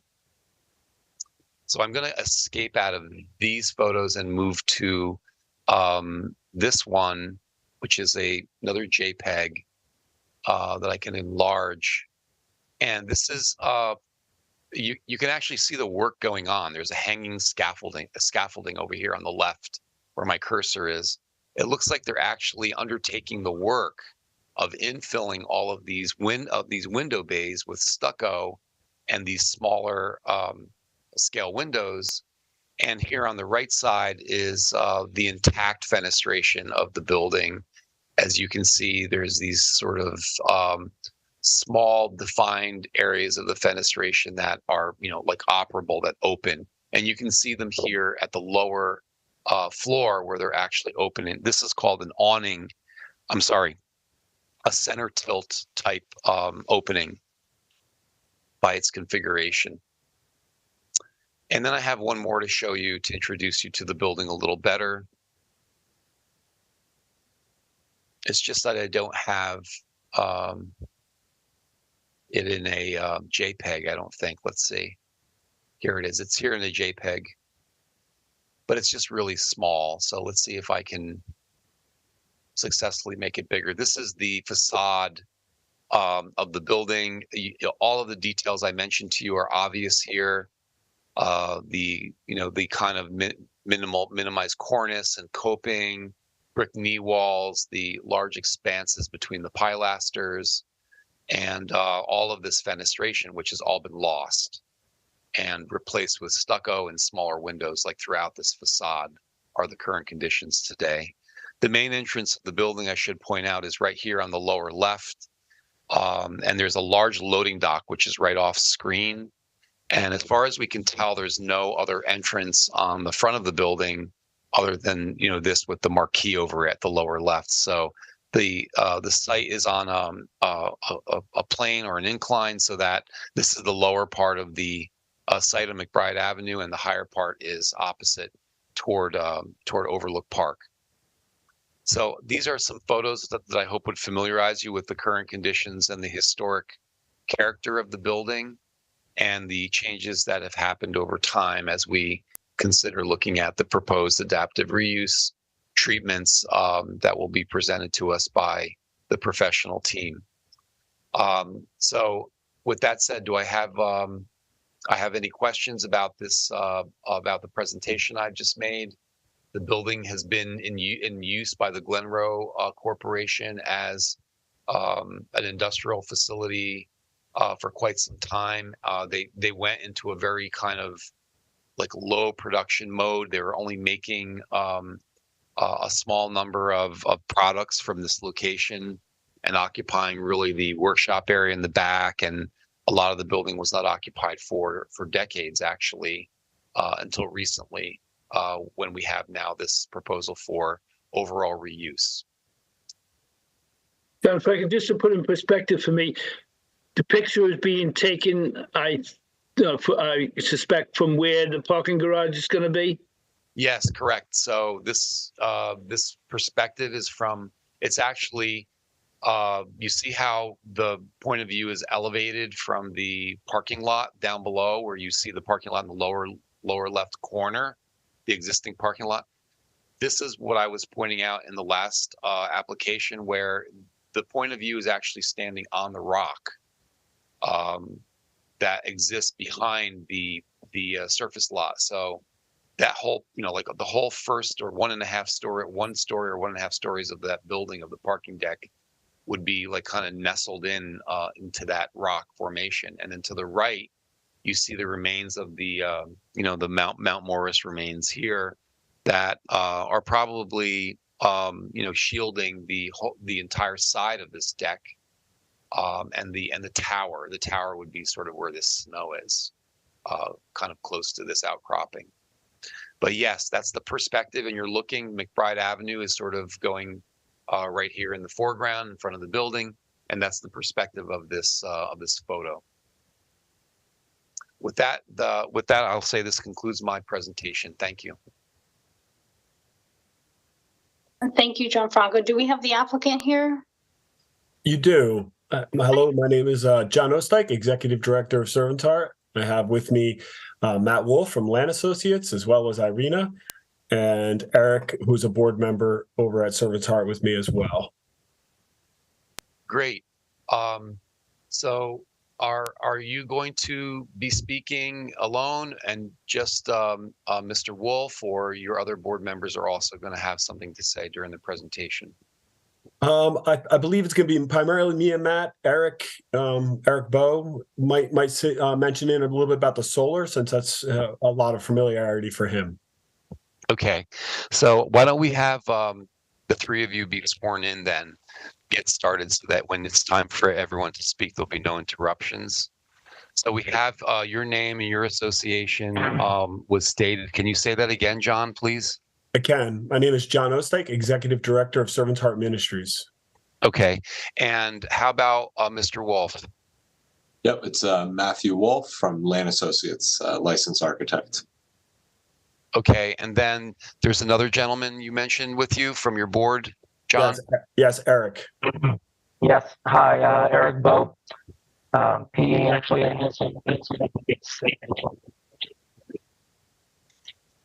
Okay, everyone. Do you swear that the testimony you're about to give is the truth, the whole truth, and nothing but the truth? I do. I do. Okay, thank you. Please proceed with your presentation. Excellent. Well, first, thank you. I'm going to share your screen. I'm going to turn off my sharing so you can share your screen. Okay. Sorry about that. Sure. I'll let Matt share.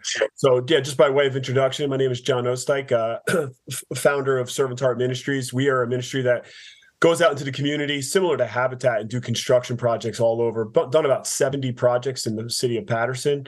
One of those projects was I was introduced to the owner of Glenroe, Gary, and Gary's father, obviously Herb, was really influential back in the 60s in purchasing a lot of these buildings. Loved what we did, loved what Don Treader did, and so donated this building to us 3 years ago. That was part of that gift. We had a lot of goals and kind of ambitions of our team, primarily to do the education around mentoring people into the trades. To this point, I've mentored about 181 graduates into construction, from welding to automotives to all sorts of, we just started a tile school at a different location, helping young people navigate getting into the trades and become an artisan. The art world has been a very really thrilling experience for me, especially as a child, struggling with conventional school. I found a real release in helping me understand that I'm really good at framing houses and building and woodworking. And so a lot of young people in Paterson have not had that opportunity. It does not afford them. All of our programs are free. I'm also on the advisory board at JFK High School. Eastside High School's been to our facility for education. Manchester Regional. We now have partnerships with multiple schools where we're helping them understand how to get into the trades and what the trades are really all about, which is really lacking in America right now. So we're excited. This is obviously a very artisan area. And so our goal in the future, kind of dovetailing into some of the plans, which Matt will go through, our shop spaces will be open to the public on weekends for people to take classes, artisan classes, woodworking classes, pottery classes, all sorts of stuff like that, as well as offering other mentoring opportunities. When we got this building donated to us 3 years ago, one of the conversations that we went to the mayor and to the economic director and asked them what they would like to see in this building, and they asked us vehemently to do food. They asked us, they said it probably about 5 times, would you do food in the building? Please do food, please do food.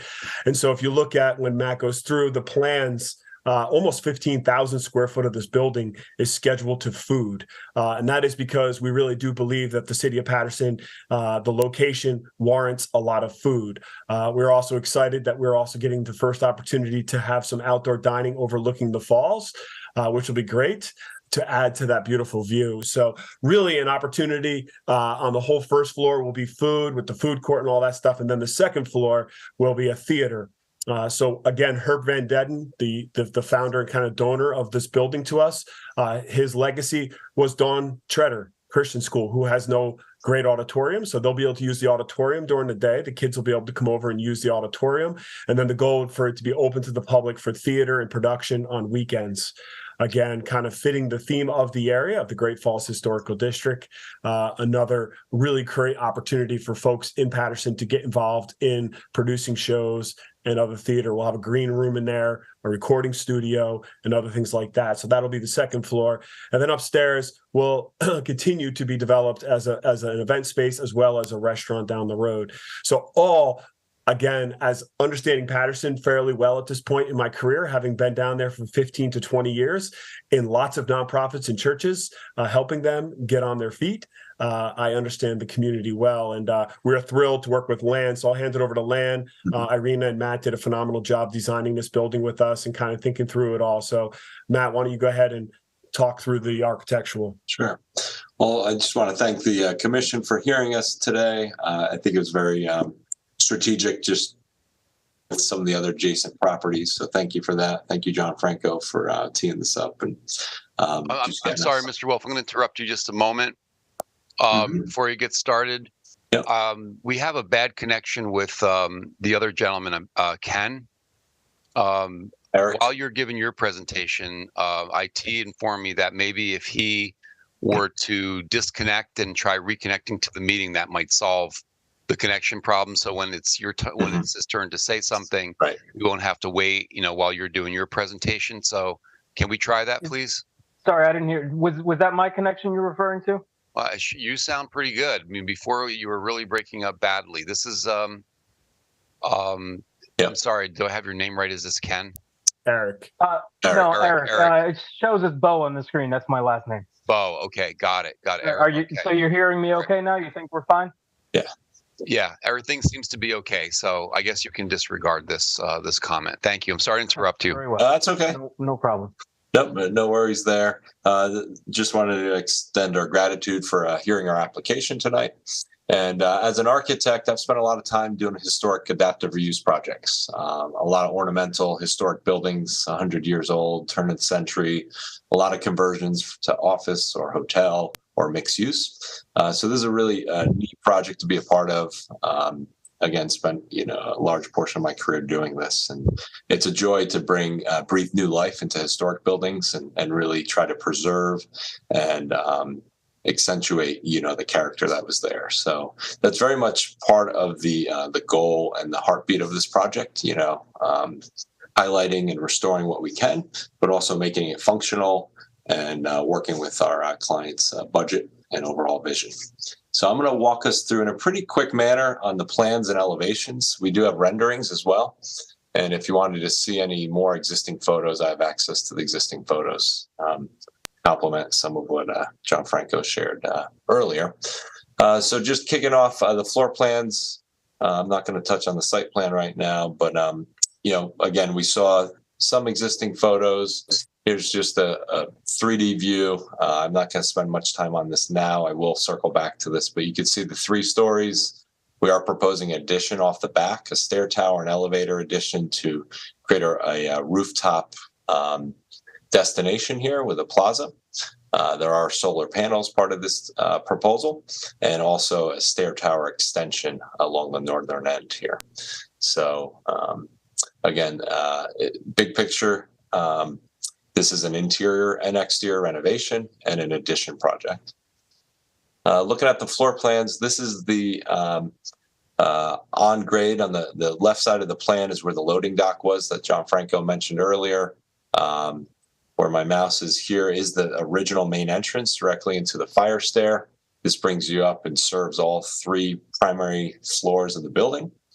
I'm going to start, there's actually a lower level here, and that's being proposed as part of the Servants Heart Trades Training Program. So the primary use, probably more than 60% use of this first floor plan is training space. So there's carpentry, masonry, fine woodworking to the top right, a series of general construction in the middle. Top left is auto shop. Bottom center left is culinary arts, so full-blown commercial kitchen space for education.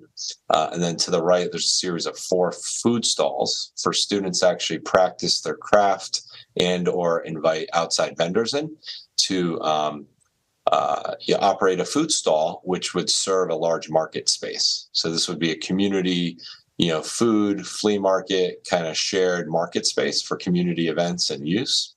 There'd also be a small barista bar, kind of Starbucks pop-up cafe.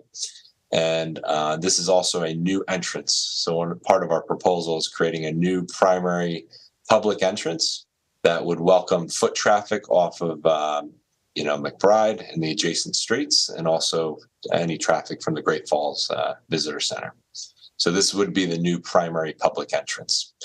So this is a recessed kind of entry vestibule, which would bring you into the foyer.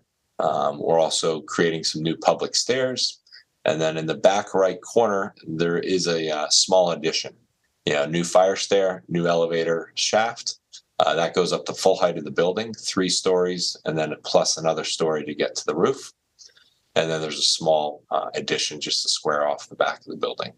So the addition is strictly located in the rear of the property. And then there was also mention of the canal or the raceway that's off the back here. So that's the first floor lay of the land. Second floor, like John mentioned, this is more shared performance and auditorium space. So starting on the lower right, you come up the public stair here, and you come to a pre-function lobby space. There'd be public restrooms. You'd have access to the new elevator and stairs. There'd be kind of public lobby space, and that'd give you access to about a 2 to 250 seat auditorium space used for theatrical performances, Dawn Treader school activities. This could be used for community events, weddings, churches, etc. To the left half of the second floor plan is more ancillary and support space, offices, recording studio, back of house pantry, IT closets, and more utilitarian use. And here's the existing fire stair and freight elevator. Third floor. This space is ultimately envisioned to be more of a banquet and restaurant type space. Right now, it's got a variety of meeting rooms, and the ultimate intent is that it's flexible for private dining.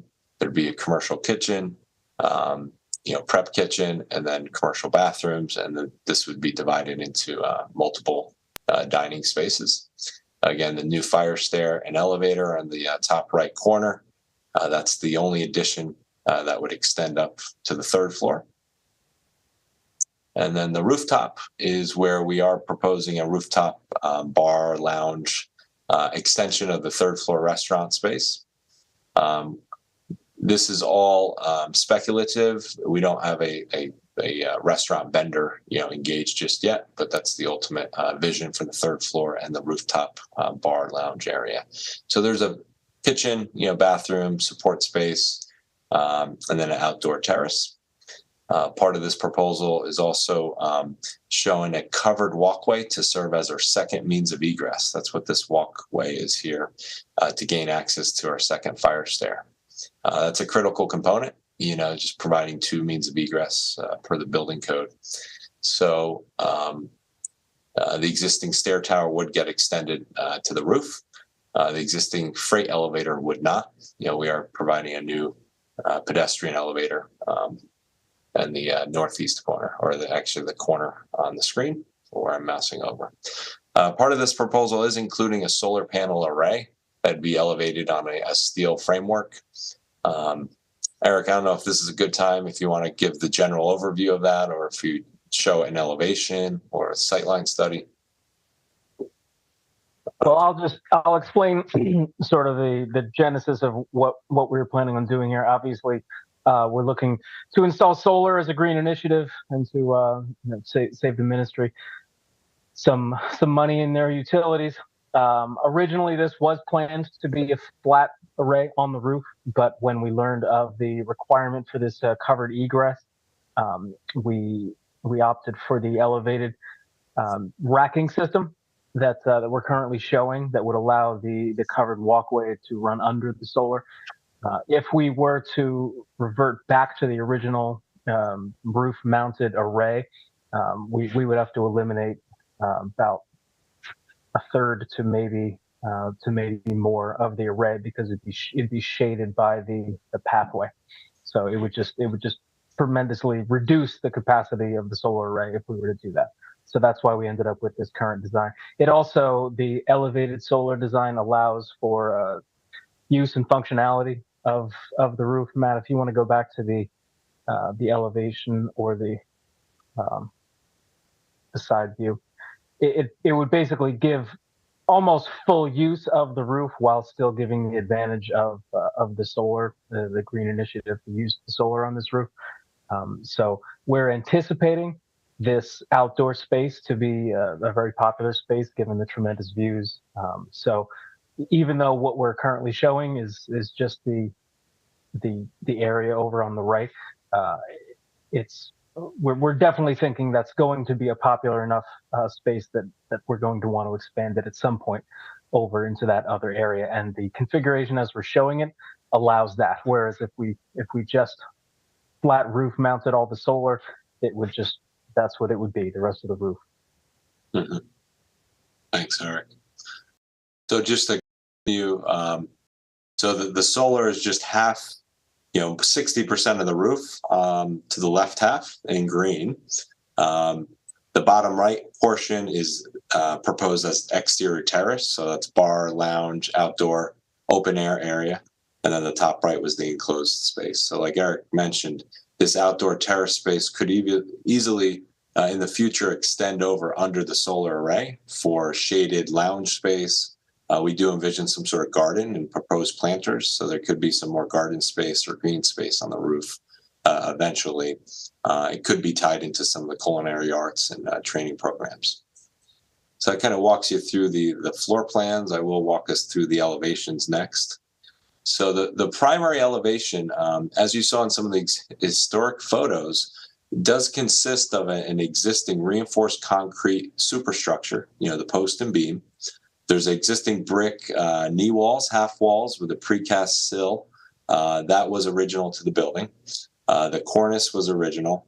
And then you saw that stucco and ribbon window, more modernized insertion and renovation. That was, I'm not sure when that renovation occurred, but it was decades and decades ago. And that's really how we find the building now. So the architectural treatment was really taking reference and a nod from the original historic character of the building with the daylight, large industrial windows, and trying to reinvent that for as much as the building as we could, taking cues from the interior programmatic use, the lobby space, the market space, the pre-function space, some of the restaurant space, trying to preserve views and access to the Great Falls, and really preserving the historic character and bringing much of the building back to the original historic appearance. So you'll see on the right half of the building, the post and beam, the bricks, brick knee walls, large industrial windows. These would be more of a modernized aluminum high-performing window with insulated glass units, broken up, very similar to the historic images that we studied. We are proposing a new entrance in the bottom right, for pedestrian traffic that would bring you into the lobby and the marketplace. On the left half, based on the programmatic use on the inside of the building, we started to, and also factoring in the budget, we did limit the amount of large, expansive glass industrial windows. On the second floor, we do have theater and performance spaces here. So all this large, expansive, clear glass is not needed necessarily. So there would be draperies in front of a portion of these. So doing stucco infill here made sense from programmatic and a budget standpoint. Preserving some of the ribbon windows or reinventing these existing windows as more of a continuous ribbon window. Preserving the brick sill on the ground floor made sense also from a cost and just a construction standpoint. And mimicking that to some degree on the upper area. Again, replacing existing windows with more of a ribbon window type treatment. These areas where you see these grid lines would be a stucco, new stucco finish with reveal kind of joint lines, just to simulate more of a panelized look. Trying to keep it very streamlined, the overall architecture, but also distinguishing it from the rest of the building. So based on the programmatic use, we did provide different treatments to the facade. Similar treatment is applied as you wrap around the building to the other facades. I'm going to move down to the this facade. I believe this is the south, we're calling it the east facade. This was actually the image that John Franco started with. You can see the post and beam frame. We are, based on the programmatic use, reinventing the large industrial windows into the corner of the building here. That really preserves the corner appearance, and you'll see in our renderings in a moment, just that iconic industrial look is preserved, and it's a really powerful moment at the corner of the building. The brick knee walls are preserved, precast elements are preserved, and then we are introducing a stucco infill panel throughout portions of this facade. The addition is off to the side, also with a stucco facade treatment with reveals just to keep that panelized look. The existing addition, existing modern addition and limited addition that we are proposing off the back is very modest. The existing building has brick and block. I think it's mostly brick off the back. We're proposing a brick veneer for the small addition on the ground floor. Continuing to the other adjacent elevations, we'll look at the back rear elevation along the raceway. Again, this is the addition for the fire stair and the elevator shaft that goes all the way up to the roof. Along the ground floor, that's the existing construction. This darker area would be the small bump out addition here that would be clad in brick. The rear of the building, we're keeping, replacing several of the windows with a more modern aluminum and glass window, also keeping a lot of the stucco that's there already. Some windows are being infilled behind the stage and the platform here, but very simple treatment here, trying to stay in line with some of the character of the building. And then the west elevation, this is where the existing loading dock is, and also closest to the new parking deck.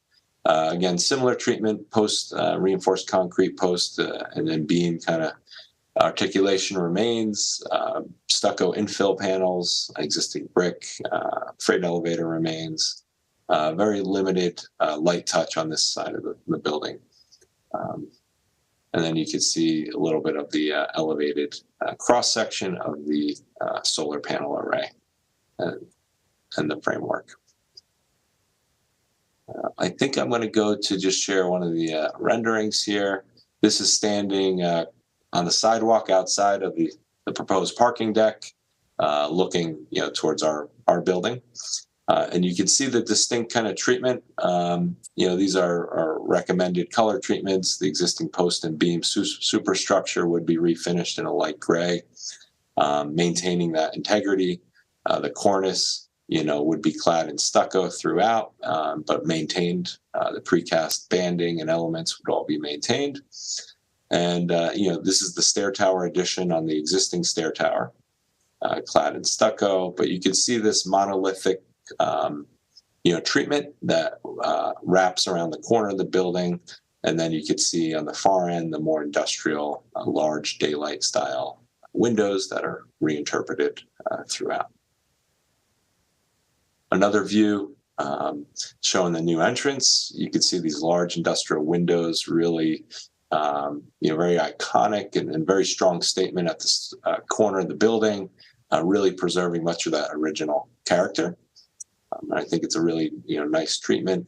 Again, based on the programmatic use of a lot of these spaces, the daylight and the large expansive glass makes a lot of sense, but it did not make sense in several of these other areas throughout the building. And I think that kind of covers my overall presentation. We did prepare a sightline study, just showing you the overall cross section. And I think this will be a topic that will come up, and I'll just share this in closing, and then invite Eric and John to complement anything I mentioned. But a topic that may come up is just the elevated solar panels. We did look at a sightline study cutting a cross section through our building, putting a pedestrian across the street. It's approximately 49 feet off of our facade. And then just what that visibility, that sight line would be. And we really set back the overall rigging and structure of that solar array system so that it's beyond your sight line when you would stand across the street. And here's just some 3D views of just standing across the street looking up to where that solar panel array would not be visible. And similarly at the other new entrance closer to the visitor center, you would not see it standing across the street. And I think that concludes my presentation, as far as the drawings and overall scope of work. I don't know if Eric or John, you wanted to chime in any further? Eric, you want to chime in? Otherwise, a couple closing comments and I'll close. No, I think Matt covered that. Obviously, I'm here for any questions if anybody has any on the solar, but go ahead, John. Yeah, I think just in closing up, obviously, I think one of the reasons that I'm most excited about this project is I've done a lot of stuff in Paterson, and we're perfectly suited to build this. So on my team, I have about 16 staff, plumbers, electricians, and I'm very well connected to the construction industry. And so I think the cool thing is this project is almost 92% funded for us as an organization already, all private donations and grants. And so we're really excited to get started, which is why I'm really excited. We obviously had to go through a rezoning thing with this, and we just got that through in August. And so we are now kind of into the next steps and really excited about getting moving forward. So looking forward to comments. Mm-hmm. I think it's worth noting that, the previous owner owned it for, I don't know, John, was it 60, 70, 80 years? And then they maintained it. They kept it watertight, but that was it. The building has been falling in a state of, disrepair. The concrete's balding. It's not the most attractive building, facing the Great Falls. And, there's great strides being taken to preserve this tastefully. And really bring it back to much of its beauty, as you can see in this rendering. But yeah, it's the current conditions, are pretty poor when you think of what's being proposed. Yeah, absolutely. All right, I'll hand it back to you, Gianfranco.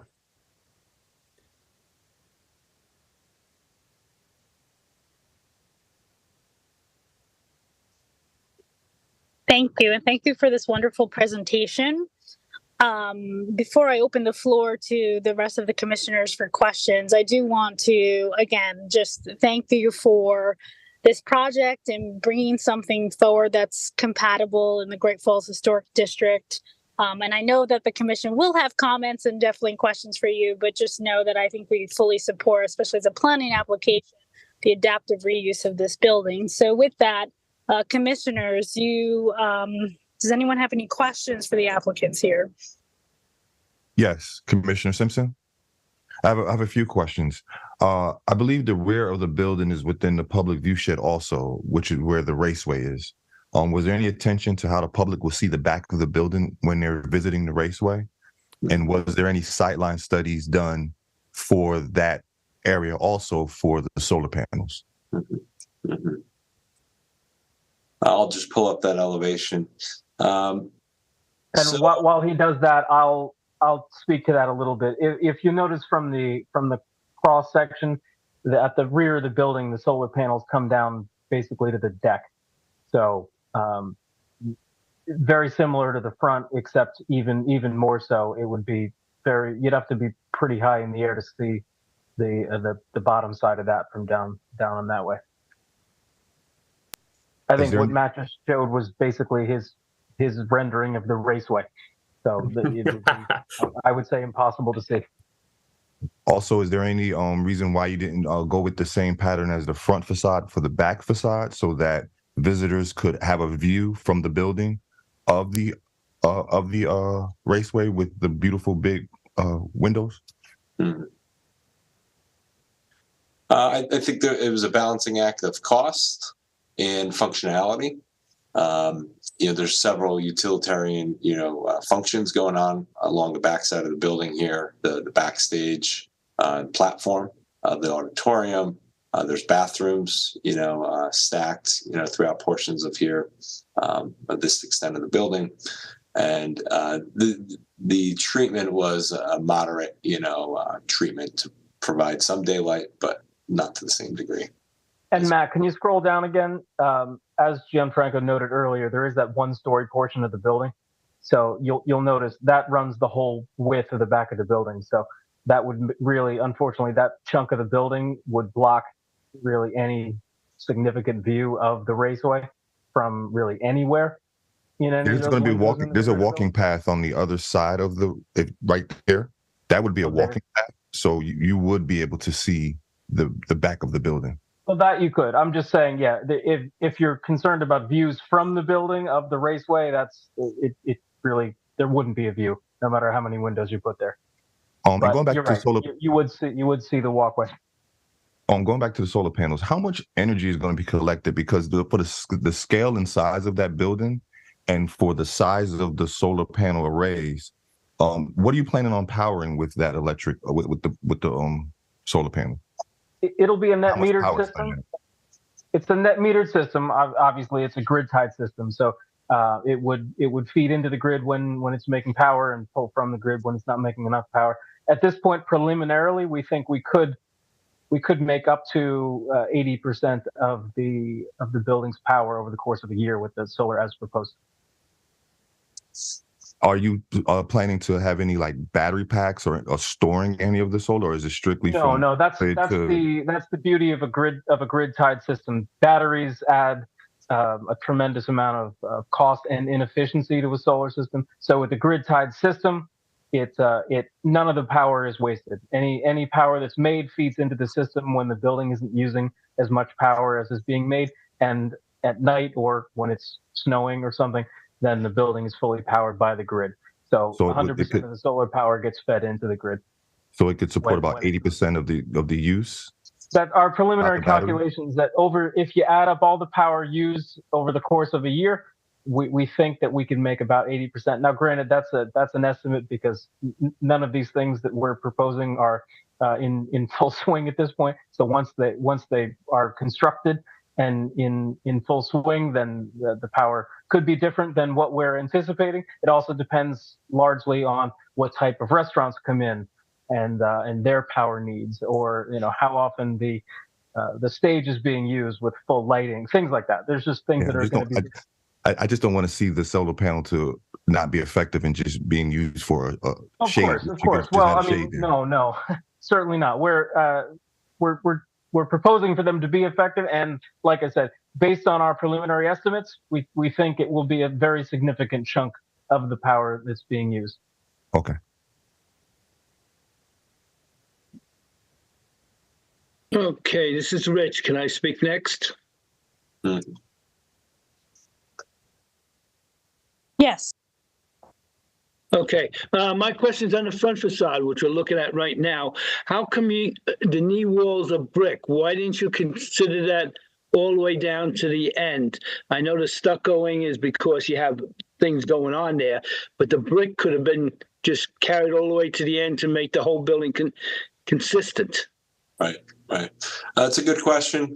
Part of the architectural treatment was trying to create more of a mapping of stucco treatment in one, cohesive blocked area. So we were looking at more of as a blocking treatment of the second floor and the third floor.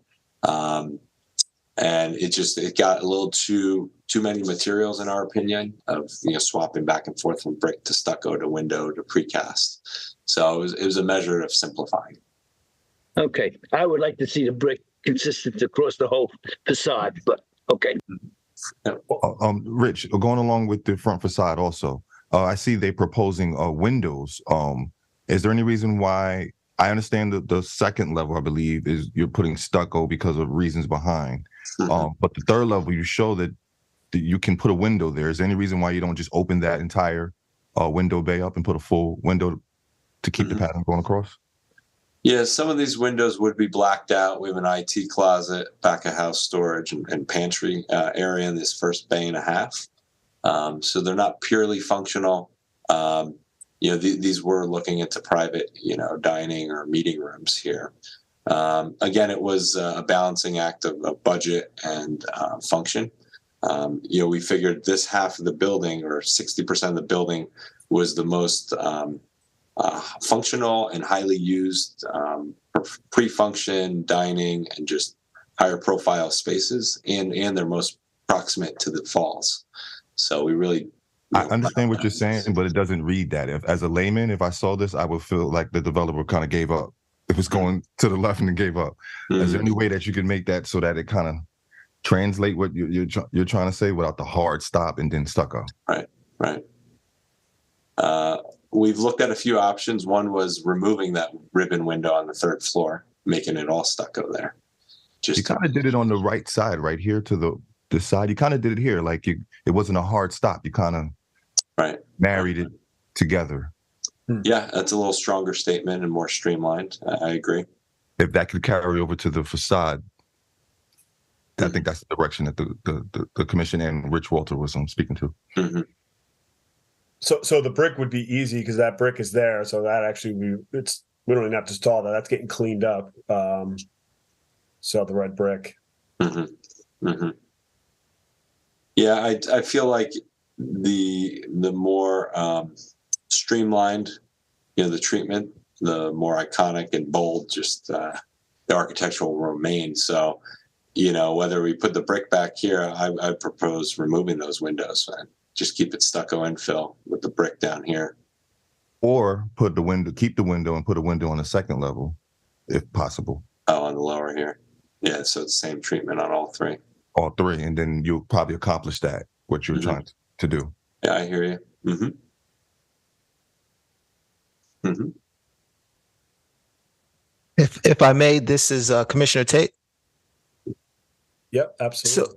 So I have a question that's a little bit more zoomed into the facade. On your around the perimeter, you're showing the stucco joint lines. And I'm just wondering, can you go to one of the elevations? Just because I want to make a point about something. So it could be a graphic error. It could be a graphic thing. I don't know which programs you use in Revit. But if you look at the joint lines, it doesn't seem to have a system of order in a sense. Like, I'm just wondering where those verticals are coming from specifically. They don't seem to be articulated. The horizontals wrap around the building clearly. But when you look at, like, let's say, for example, the center bay between the third and fourth column, you see that little edge at the end, that little slither. It's like, is there a center line on these? Like, I think there has to be some cohesion. Agreed. Look at it. That's very keen of you, and I couldn't agree more. And the other thing too I noticed is, I love the fact that you guys leveraged the trabeated system, kept with the existing structure, of course. Yep. Was the Bauhaus your like a case study, because it kind of gives me a Bauhaus. Yes. It does. I was debating whether or not to reference that in our introduction tonight. Yeah, what made me think that was the big windows, and then the signage on the side, and then you also mentioned the curtains behind the large glass on the second floor. Right. And that's Bauhaus like to the T. And then you have the corner entry on the side. So when I looked at it, all I saw Bauhaus right there. Yes. And the gray stucco. Actually, I wish there was a way to show the image so that everyone can see it. Right. And for me, I like the design, and I think the questions that Commissioner Simpson and Commissioner Walter asked are very poignant. And I figured the Bauhaus was kind of a reference point.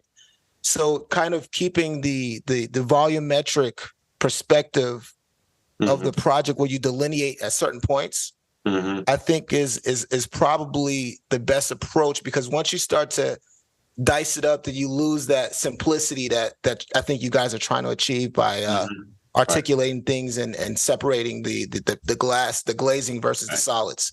Right. So Will, would it be appropriate to simply add the windows to the second level and then keep that box look? Because I don't have the Bay House. I'm about to Google it to see what you guys talking about. Yeah, type it's Bauhaus, Bauhaus. And just I would just go to images so you could take a look at it.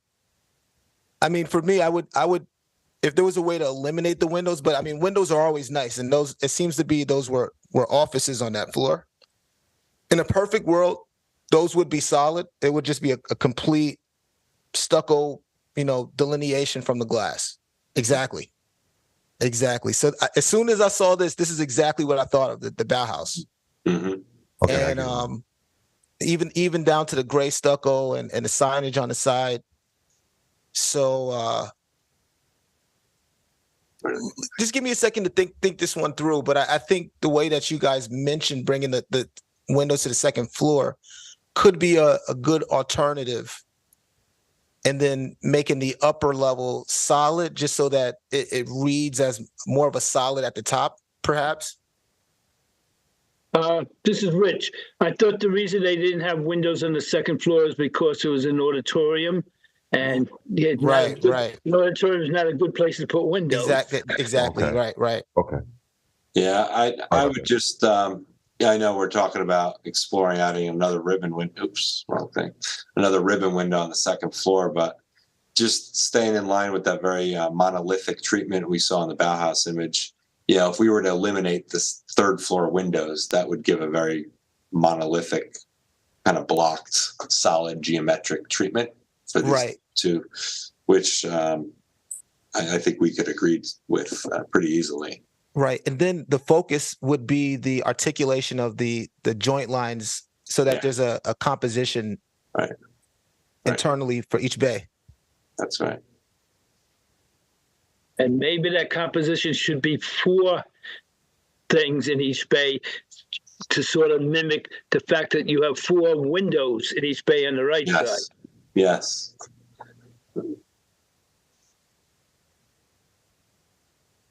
I could easily agree with that. Right. And then if there's any, I mean, obviously you don't want to carry all the, the horizontals across, but if there's any articulation any prominent articulations that you can bring across horizontally, just to pick up the language of the strong lines horizontally, then that would help out. Yeah, I mean, we definitely would spring off of this sill. Yep, exactly. Yep, there we go. Yeah. That's an easy refinement. That'd be naturally what we'd end up doing as we'd finalize the design. Right. And then I think if you just took that and wrapped around the entire building so that it all kind of merges, it brings the harmony all together. So I'd be more inclined to do, infill the window versus adding more windows just in these 2 areas. And then, like you were saying, look at how that wraps the corner. And we started to do that, as you pointed out, on the one end. And then when you look at the other end, that vocabulary already was intact. It was really just, trying to, if we eliminate that ribbon window, that just makes it much more iconic and monolithic. Right. I agree. This is Gianfranco. This rendering you have on screen now, I have a question about. I think this was a puzzle to me because I couldn't really tell if the addition of the restaurant and the bulkhead in the rear of that far corner, and then all of these elevated solar panels were, included in this as a consideration or not. Like, can you say on record if this is what you think the sight line will look like? Like, will you see the solar panels? You showed a sight line from directly across the street in a traditional kind of cross-section manner, where everything is very sort of, this is more like axonometric and more appropriate to the elevations of the site. Right. Where you're looking from down the street, like you're leaving this parking deck and you're looking at this building. And first of all, I think this rendering is does a lot more justice to the design than the actual design. But aside, in other words, I don't think it's going to look this good. I don't think that it's going to work out the way you're planning in terms of the way this rendering looks. But my question is, what can you say about consideration of all that stuff on the roof from this point of view? Yeah, this rendering was done earlier in the design process, so it does not show the solar panels, but it did have the rooftop addition modeled. So, I can only speak, on the record that this did model the glass guardrail that we're proposing and the rooftop addition. Right. The updated axonometric views we did prepare for the sightline study. Those are, as of this morning, standing, precisely across the street, 49 feet across the street, looking up. So that includes like the other, like the rendering, like the computer rendering includes the other stuff that you put on top of the building. Correct, but not the solar panels. But not the solar panels. Okay. Correct. Right. So this is outdated at this point in time. Yeah, I think that going between those two, the line drawing in this one also kind of accentuates what I was pointing out, that I think that, the rendering looks really beautiful. I don't think the building will look anything like that when people experience it. I think it looks a lot more like some kind of a Verizon cell phones, cell tower, I'm trying to think of the right word for that kind of a building. They have these giant, like technical buildings for data centers and stuff like that are like monolithic. We designed, we helped it. Well, we reviewed and we provided an award to an incredible tilt up concrete construction building that's a new substation. That is, just a fabulous example of how, new architecture can fit in a purpose-built building into the historic district. And it is so much better than this in terms of its results.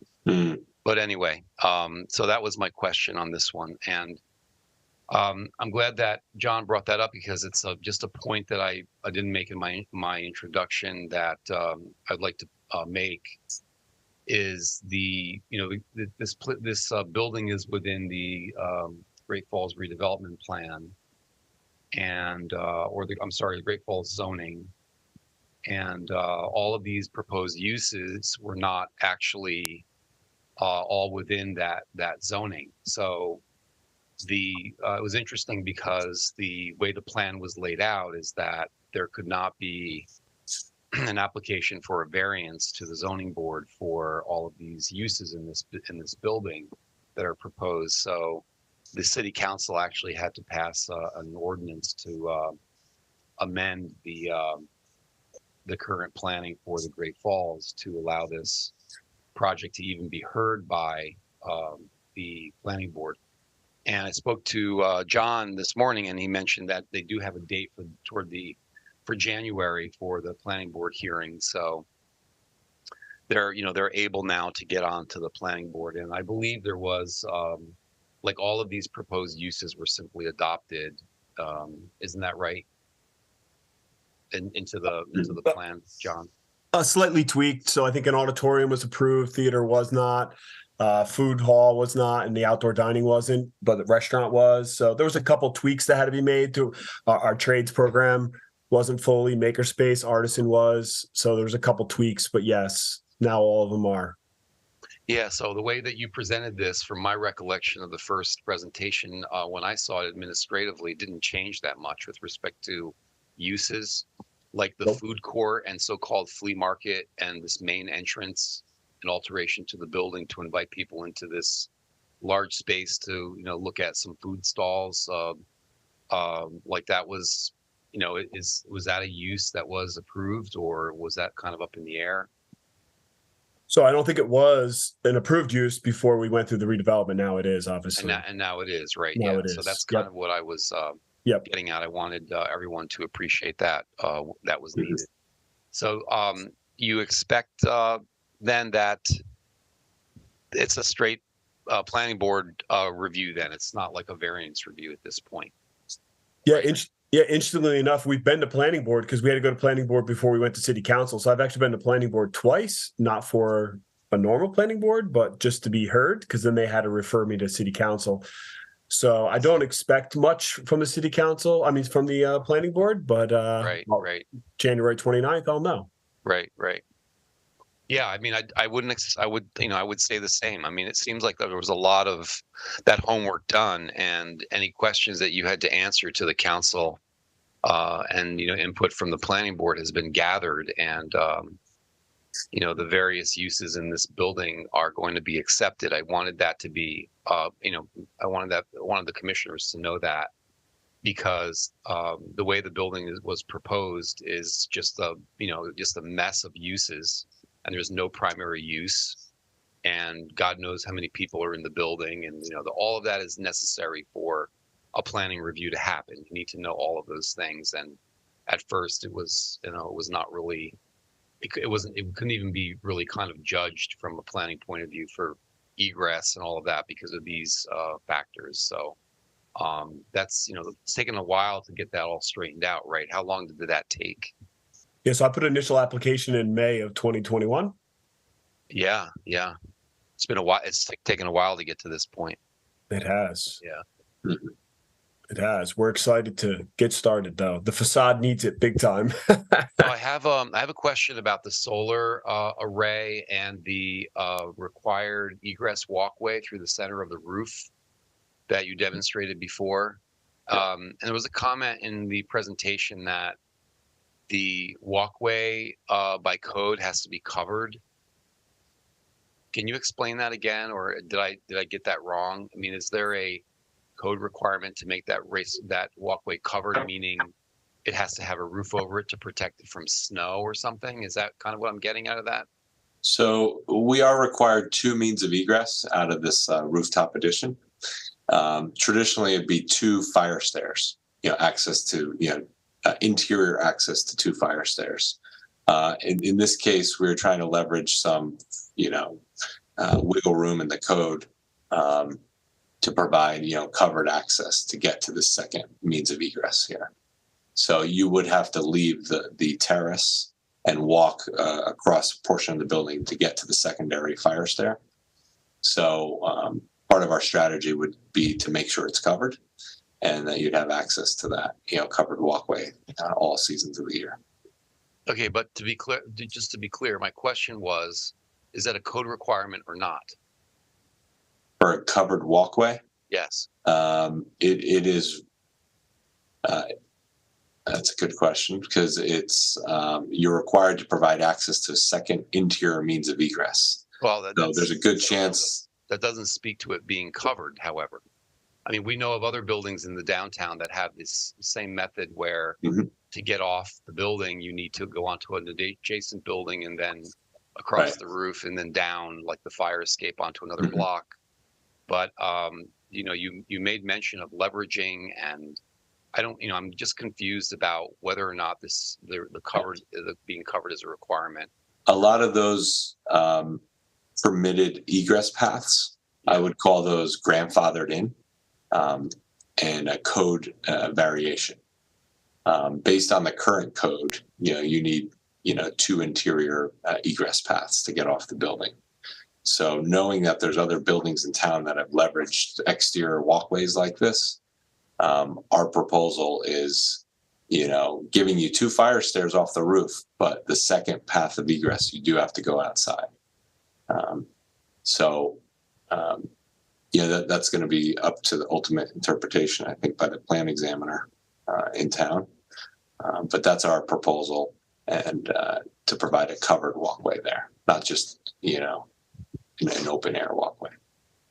Okay, and on the same plan that you have on screen, I was noticing that the final sort of height of this restaurant addition, is it the same as the required height of the bulkhead of the additional, no, not that one, the one to the other end. Look at the plan. Yeah, all of that, the stair and the bulkhead of the elevator, it has a final height that's like kind of that's needed with respect to the the stair and the elevator to accommodate that. We did want to streamline it. You know, we were coordinating elevator overrun clearances and the maximum height of the stair tower and elevator shaft. Right. So we did align them just to. Yeah, so that's what I was wondering, if that height is really determined by the need for that bulkhead, because that that addition, you know, I think you could actually do a measurement on it and come up with a percentage of the total height of the building, because it increases the height of the building by some factor, and I would like to know that factor. Right. And I see that the way you have the solar panel supports, that they don't, they are not any higher; they're lower than that corner, than the highest point of that addition. So you don't have any idea about what I just asked, do you, with respect to its height and the rest of the building? I do not know offhand the percent increase that we're proposing here, but I do know that, you know, we did look at the zoning and building code ordinance. I believe the building height, we are staying within the maximum permitted building height. Yeah, I don't have any doubt about that. And then on the closest corner, there's an addition of that large kind of gray box. What goes in there? That's the stairwell that exists. It has to be brought up to the roof, right? That's right. So that's an extension. So above the cornice is the extension that we're seeing in the rendering to provide full the access. Other egress. Yeah, exactly. And then there's the what's in the back, the kind of that brick area. That's the elevator, the existing elevator. Yeah, that's the existing elevator shaft. I think it should be right. Yep, with that clear story window. That's probably the only existing historic window staying on the building. Oh, interesting. Okay. John all right, Franco. and yeah. I just have one quick question while we're looking at these elevations. Can you confirm that we're doing a stone coping at the parapet of the revised roof, or are you doing some kind of like aluminum coping system? Well, the roof was actually, I think, repaired in large portions in the past years. So, John, I don't believe there's an aluminum coping cap. It should be the original concrete. Okay. I just wanted to make sure there was nothing. I'm looking at the rendering and I don't see one, but you know, sometimes details are missing. Right. And then the other thing too is, can you go back to the axonometric diagram that you have showing the existing perspective that you're showing of the rendering? Can you zoom in right there? So I see that you guys went through a study showing the location of the height of the signage. I personally, this is just my taste, I like it. I like where it's at. It's to it, and it kind of goes back to the whole Bauhaus thing. And then you have the lower signage on the other opposite.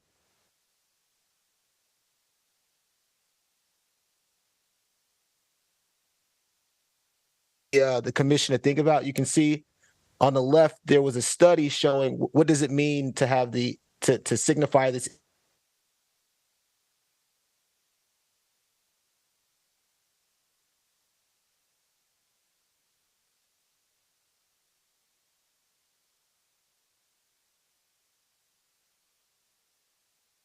Check it out in design review. This is right. I guess I'm thinking ahead. You guys are right. But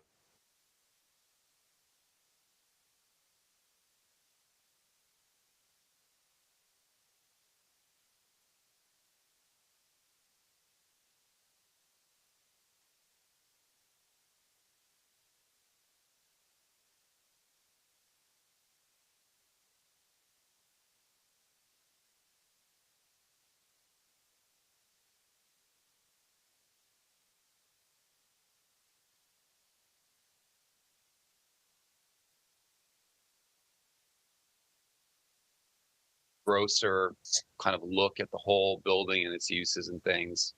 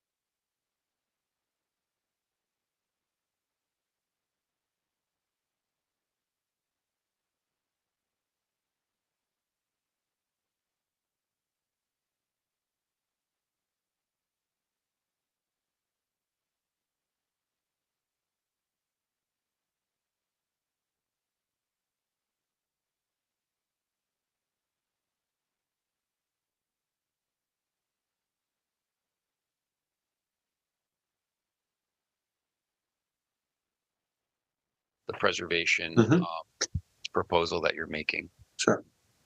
And just to your point, John Franco, this brick right here, by the way, on this side of the building? Yes, it is.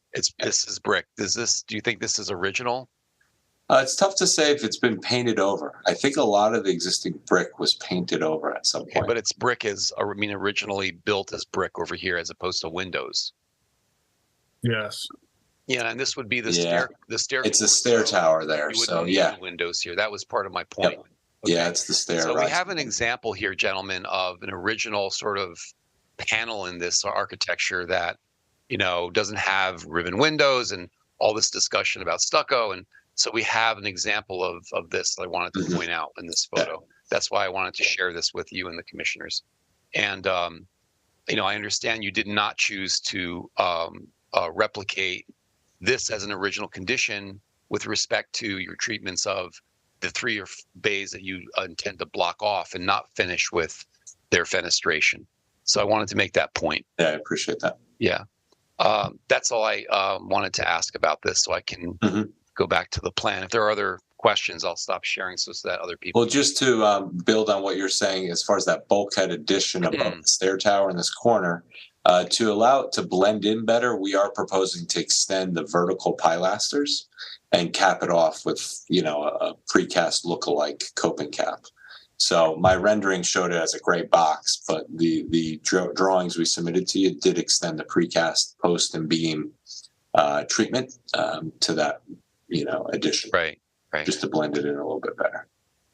And here's that window you were describing right here. Yeah. Okay, thank you. I'm going to just go off sharing now in case there are other questions.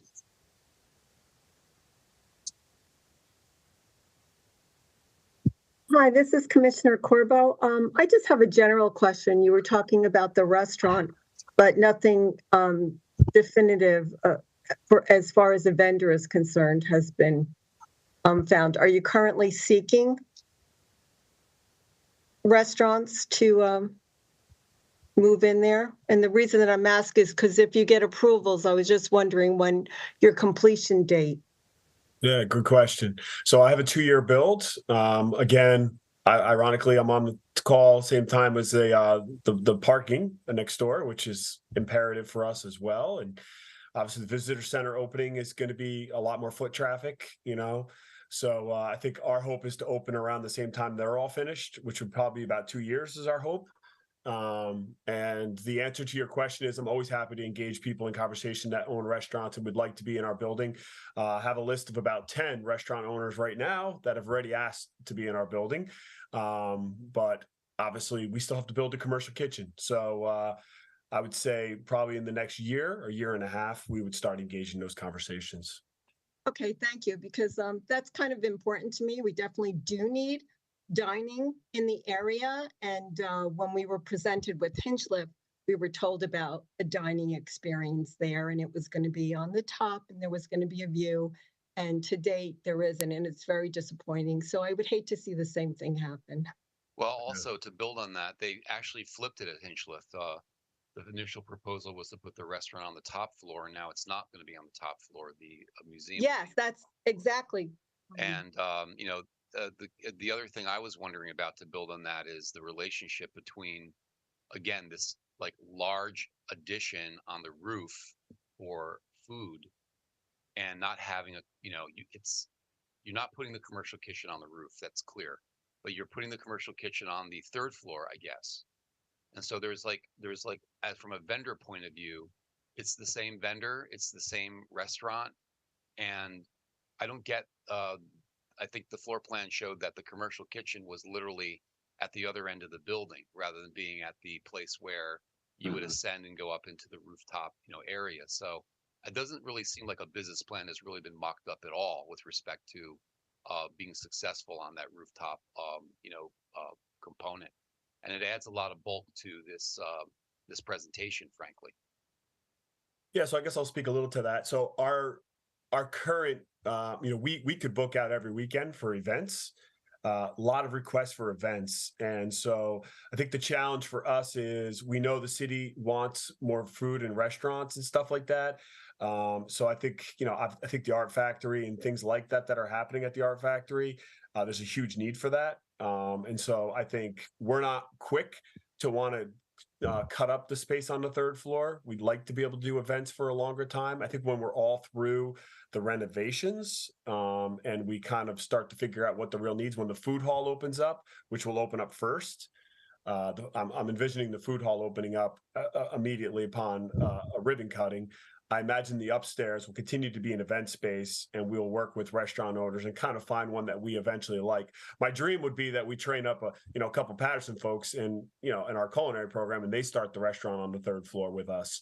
And again, so I think it's going to be a very flexible, very fluid space with everything from conferences on weekends and stuff like that on the second floor, with people being able to go upstairs and host meals. So we get a lot of requests for that, if that makes sense. Well, again, I'm not sure if that response actually addressed, like, if you've got all that happening and these relationships of bookings for auditorium use, and then like a reception area upstairs, and you've got a kitchen that's trying to support that. How is this stream of people walking? Like, you walk in this main entrance and there's a grand stairway that brings you up to, I guess it brings you up actually to the second floor pre-function. Second floor, not to the third. Okay. Yeah, no, second floor pre-function. If there's this idea, like a visitor at the Falls, for example, can walk in and look at your food court, and without saying, too much about it, they might look at it and go, I'm not comfortable eating here, and I want to be up there and pay some fee so I can sit and have a glass of wine and look at the falls, and have someone propose marriage to me or something. So basically, how do they do that if there's not a dedicated kitchen to make that really successful? Well, let me talk to that a little bit. So there is a warming kitchen and an appetizer kind of prep kitchen on the roof. So there would not be any full-blown cooking of entrees on the roof, but there is a warming kitchen with equipment proposed on the roof addition. And then the primary cooking would take place on the third floor. So that is keen of you to say it's on the far end of the building. However, the final layout of the furniture, and the ultimate fit out for this future restaurant is not locked in. Yeah. It would be common practice for us as a developer to provide a white box kind of infrastructure for a future tenant, and for that tenant to come back and fit it out accordingly. So we do see a way of there potentially be a back of house corridor, or potentially some shuffling of equipment to bring it closer to the rooftop element. But functionally, this is what we're aiming for. Having a cooking kitchen on the third floor that would do large entrees, and then that would go up to the roof. But there's a warming kitchen and a prep kitchen there. Okay, so a warming kitchen and a prep kitchen can make what? Hamburgers or ham and cheese sandwiches?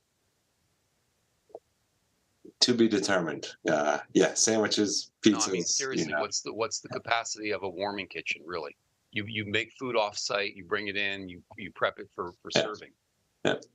Right? I mean, I'm asking these questions because we've survived here for many years with proposals for a 4-star steakhouse in the downtown that failed.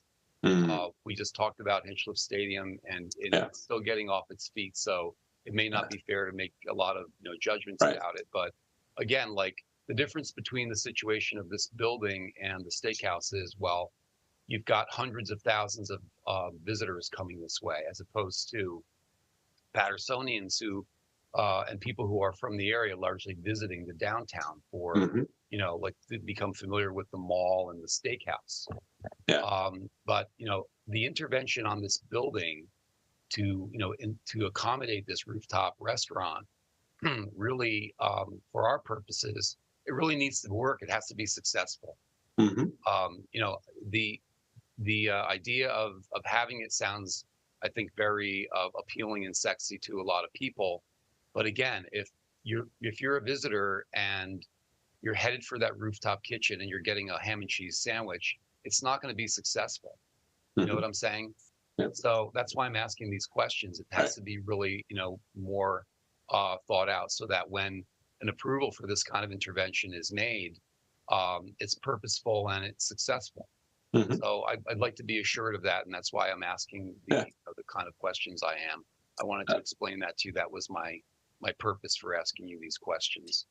Yeah, fair questions. We want it to be successful as well. I've worked on 3 similar hotel rooftop bars where the primary kitchen was done at a lower floor, whether it was a basement kitchen 10 floors below or at the ground floor restaurant, and then it was express elevator up. I'm really glad you mentioned that, because I'll talk with you offline. I'd like to learn more about how you accommodated those and see the see the actual designs. And you sound like you have experience and you're comfortable with that, and that's helpful for me.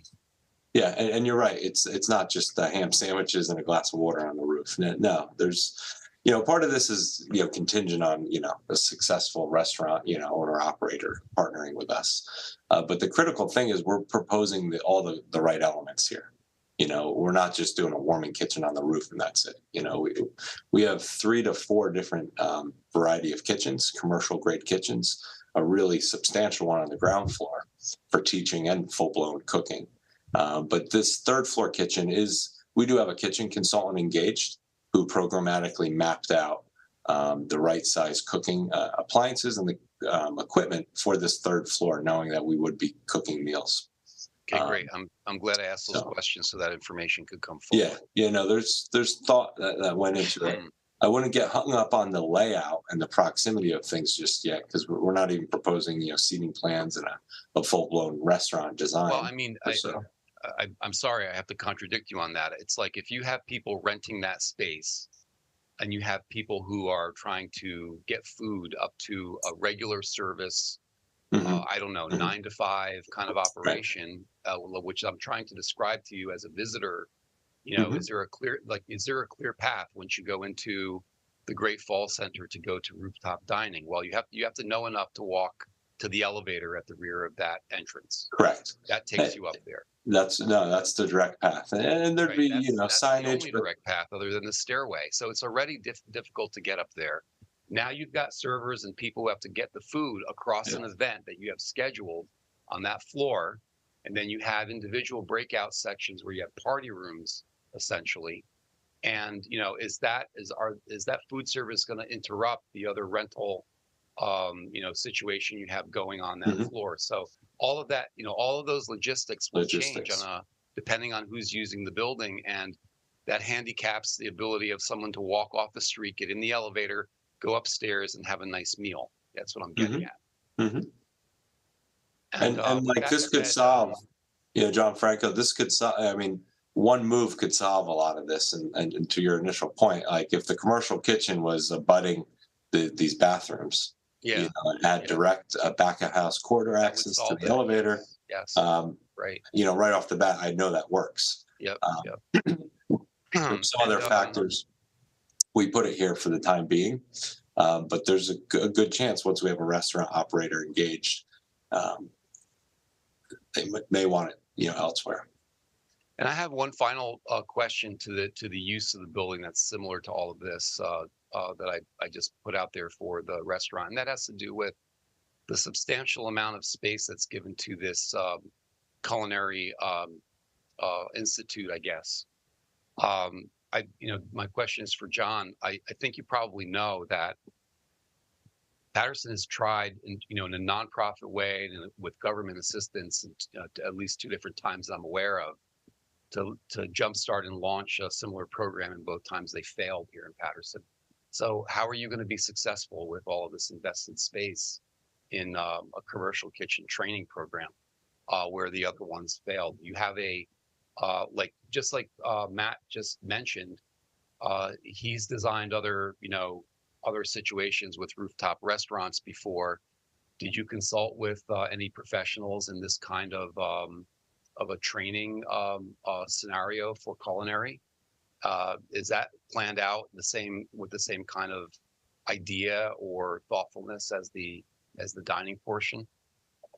Yeah, good question. So I have 10 people on my advisory culinary thing. It's all sorts of restaurant owners. I won't name them all here, but there's a lot of, so yeah, we have a kitchen consultant. We're part of a couple different things, Catalyst Kitchen, which also gives us some advice. So we've been in the process. Our goal again is to partner with some of the other ones doing it local.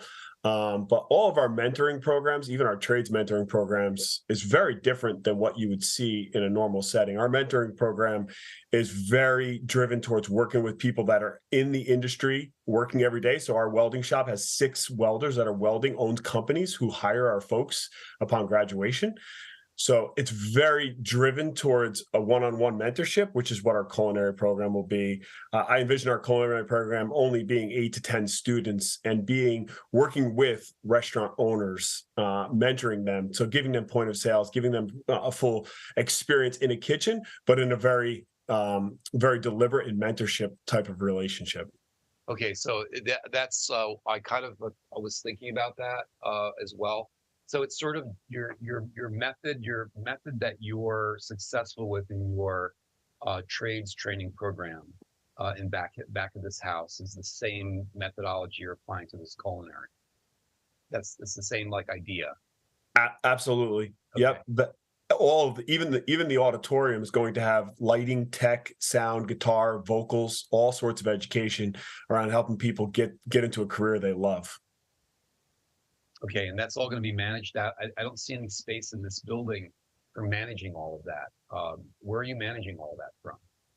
Well, I mean, where's the office area for Servant's Heart? Is it in this building?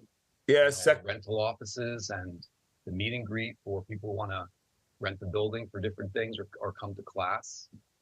Second floor is our back of house. Again, I have offices in other places, buildings in other places.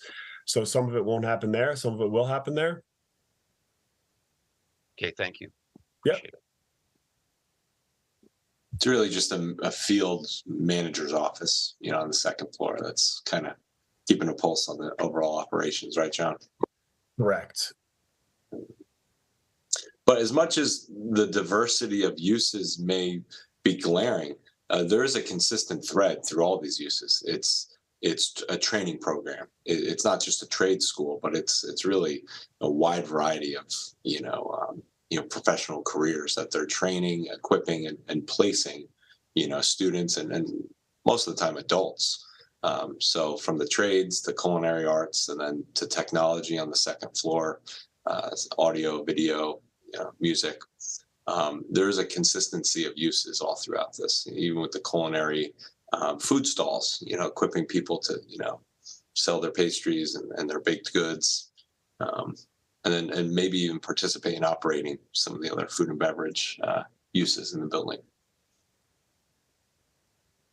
Okay, well, I mean, one of the big differences between this model and an actual school is that there's like a curriculum, a program. There are people who have like expertise in each of the fields of training. They're not just entrepreneurs or people working in the field. And then there's like a business office. There are recruitment efforts. There's a lot that goes on with the school. This has not been presented like that at all, except for what you just said, Matt, in that the whole operation here is largely like focused on wherever you can do it. Your nonprofit mission has training for different trades and getting people ready to go out and get jobs. I understand that's sort of the back, end of the overall house, that's underneath the roof here. But how is recruitment done, John? Recruitment of our students or recruitment to get them jobs? Well, the students. I understand how the path to jobs work. You explained that a couple of times, but yeah. Are you advertising for people to come in? Do they pay tuition? Do they pay anything? Like, what's the exchange of value there?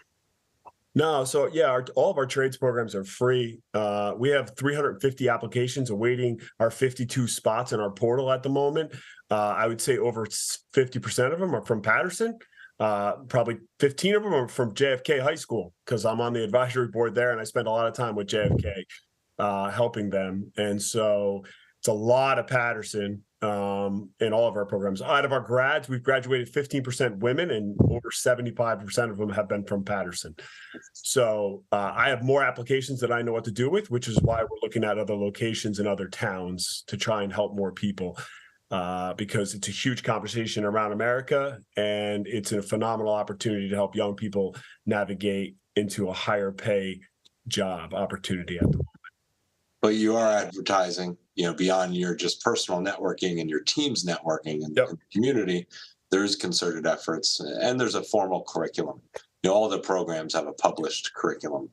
I don't know if it's 24 weeks. Yeah, so our 29-night program has a 250-page curriculum that we've written. My team, along with electricians, plumbers, welders, we've written every one of our curriculums. All right, thank you. Yeah, no problem.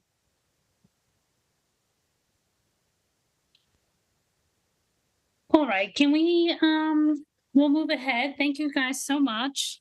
Can we have a statement of purpose for the resolution, please? Yes. I just have to bring it up here on my screen. Sorry. Hold on a minute.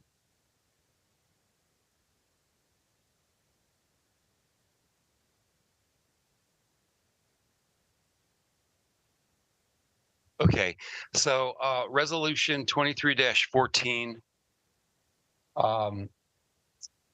directs the executive director of the Historic Preservation Commission to prepare a memorandum containing the commission's recommendations to the planning board regarding the property located at 37-53 McBride Avenue in the Great Falls Historic District. So it's a typical planning review, and we memorialize the comments and recommendations to the planning board in time for their meeting in January. And then once the planning board reviews and approves, we'll come back for the technical design review that we're used to. Great, thank you. Do I have a motion on the floor? Rich, I'll make a motion. Do I have a second? Second. Can I, is there a discussion? Or Kenny, do you have comments from the design review committee? Just our standard comments that the applicant will return for the design review of the certain elements that are under the purview of the design review committee. And overall, we are in support of this project. Thank you. Does the commission want to discuss or have any other comments not mentioned? All right, with that, can I have a roll call, please? Okay, roll call on the resolution. Commissioner Garcia-Leon. Yes. Commissioner Ahmed. Yes. Commissioner Simpson. Yes. Commissioner Tate. Yes. Commissioner Walter. Yes, as long as the applicant keeps in mind coming back for design review, keep our comments that we made tonight in mind. Vice Chair Corbo.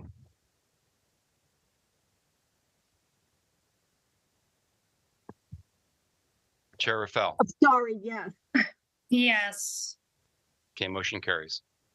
Thank you. Thank you all. We're going to move right into the last part of this agenda, public portion. So do I have a motion to open public portion? I'll make the motion. Second. All right, thank you. Roll call. Sorry, hold on. I need a moment for my paperwork. Okay, so gentlemen, thank you for coming by. You're welcome to log off as we continue to finish off the meeting here. Mm-hmm. Yeah, thank you guys. Really appreciate your input and look forward to being back. Thank you very much. Thank you all. Thank you. Appreciate your time. Yep. Night. Good meeting. Have a good one. Yep. Thank you. Okay, so can you tell me who moved again? Was it Walter or Walter second? It was Kenny first, Walter second. Walter second. Commissioner Leon? Yes. Commissioner Ahmed? Yes. Commissioner Simpson?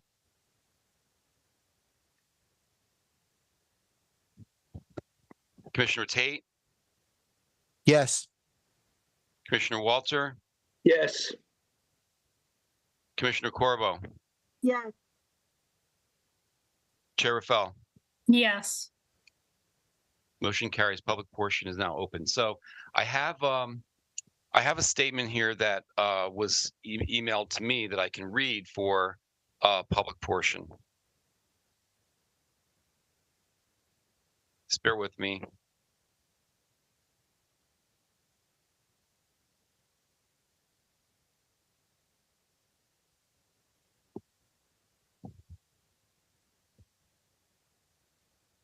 Okay. So this is also advertised on the City of Paterson website on its main page with at the bottom. If you click on it, it'll give you these instructions in case you don't catch them as I read them to you.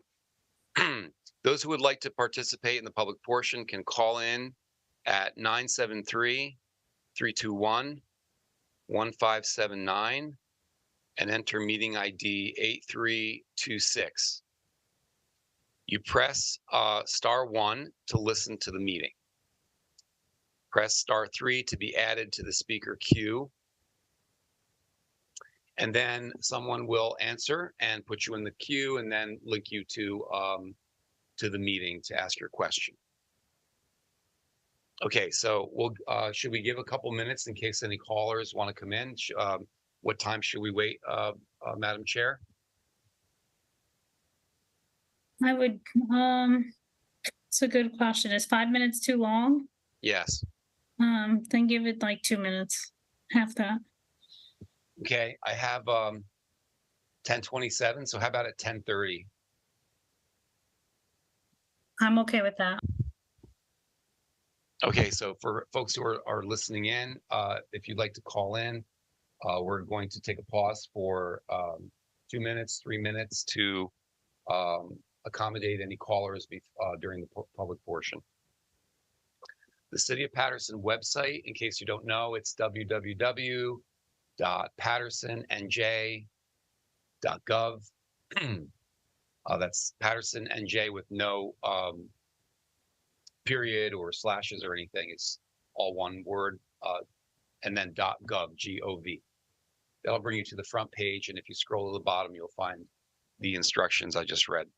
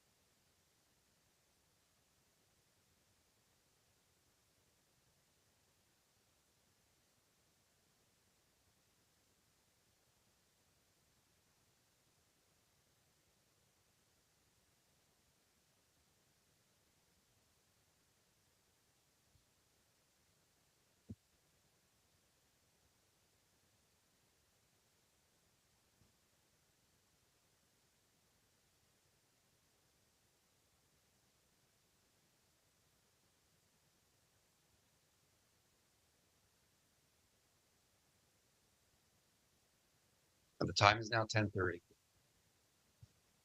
All right, seeing no one for the public, do I have a motion to close? I'll make the motion. Second. Thank you. Roll. Okay. Roll call on motion to close the public portion. Commissioner Garcia Leon.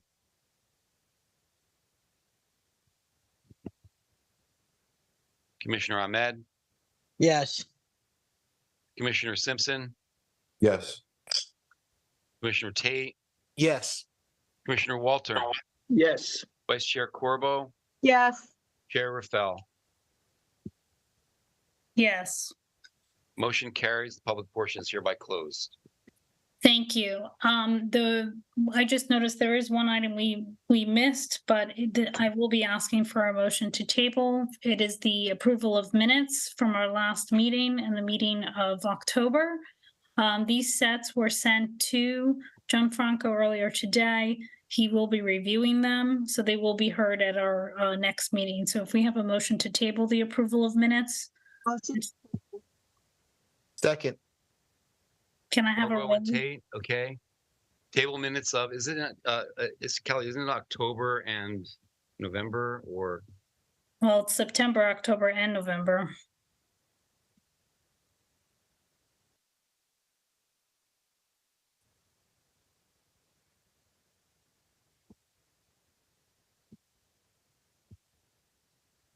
Okay, roll call. Commissioner Leon.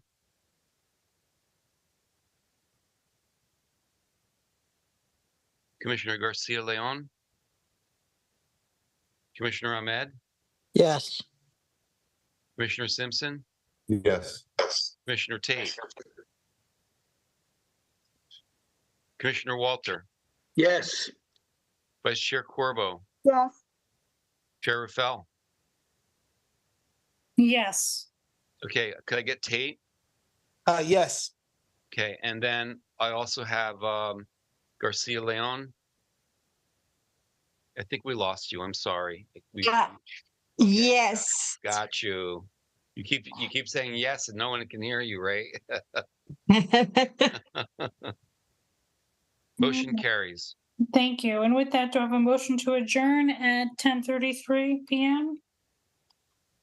Motion. Second. Okay, I've got to get my paper. Hold on.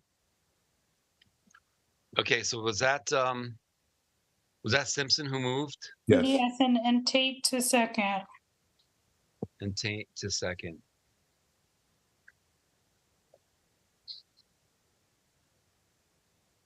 Roll call. Commissioner Garcia Leon. Yes. Commissioner Ahmed. Yes. Commissioner Simpson. Yes. Commissioner Tate. Yes. Commissioner Walter. Yes. Vice Chair Corbo.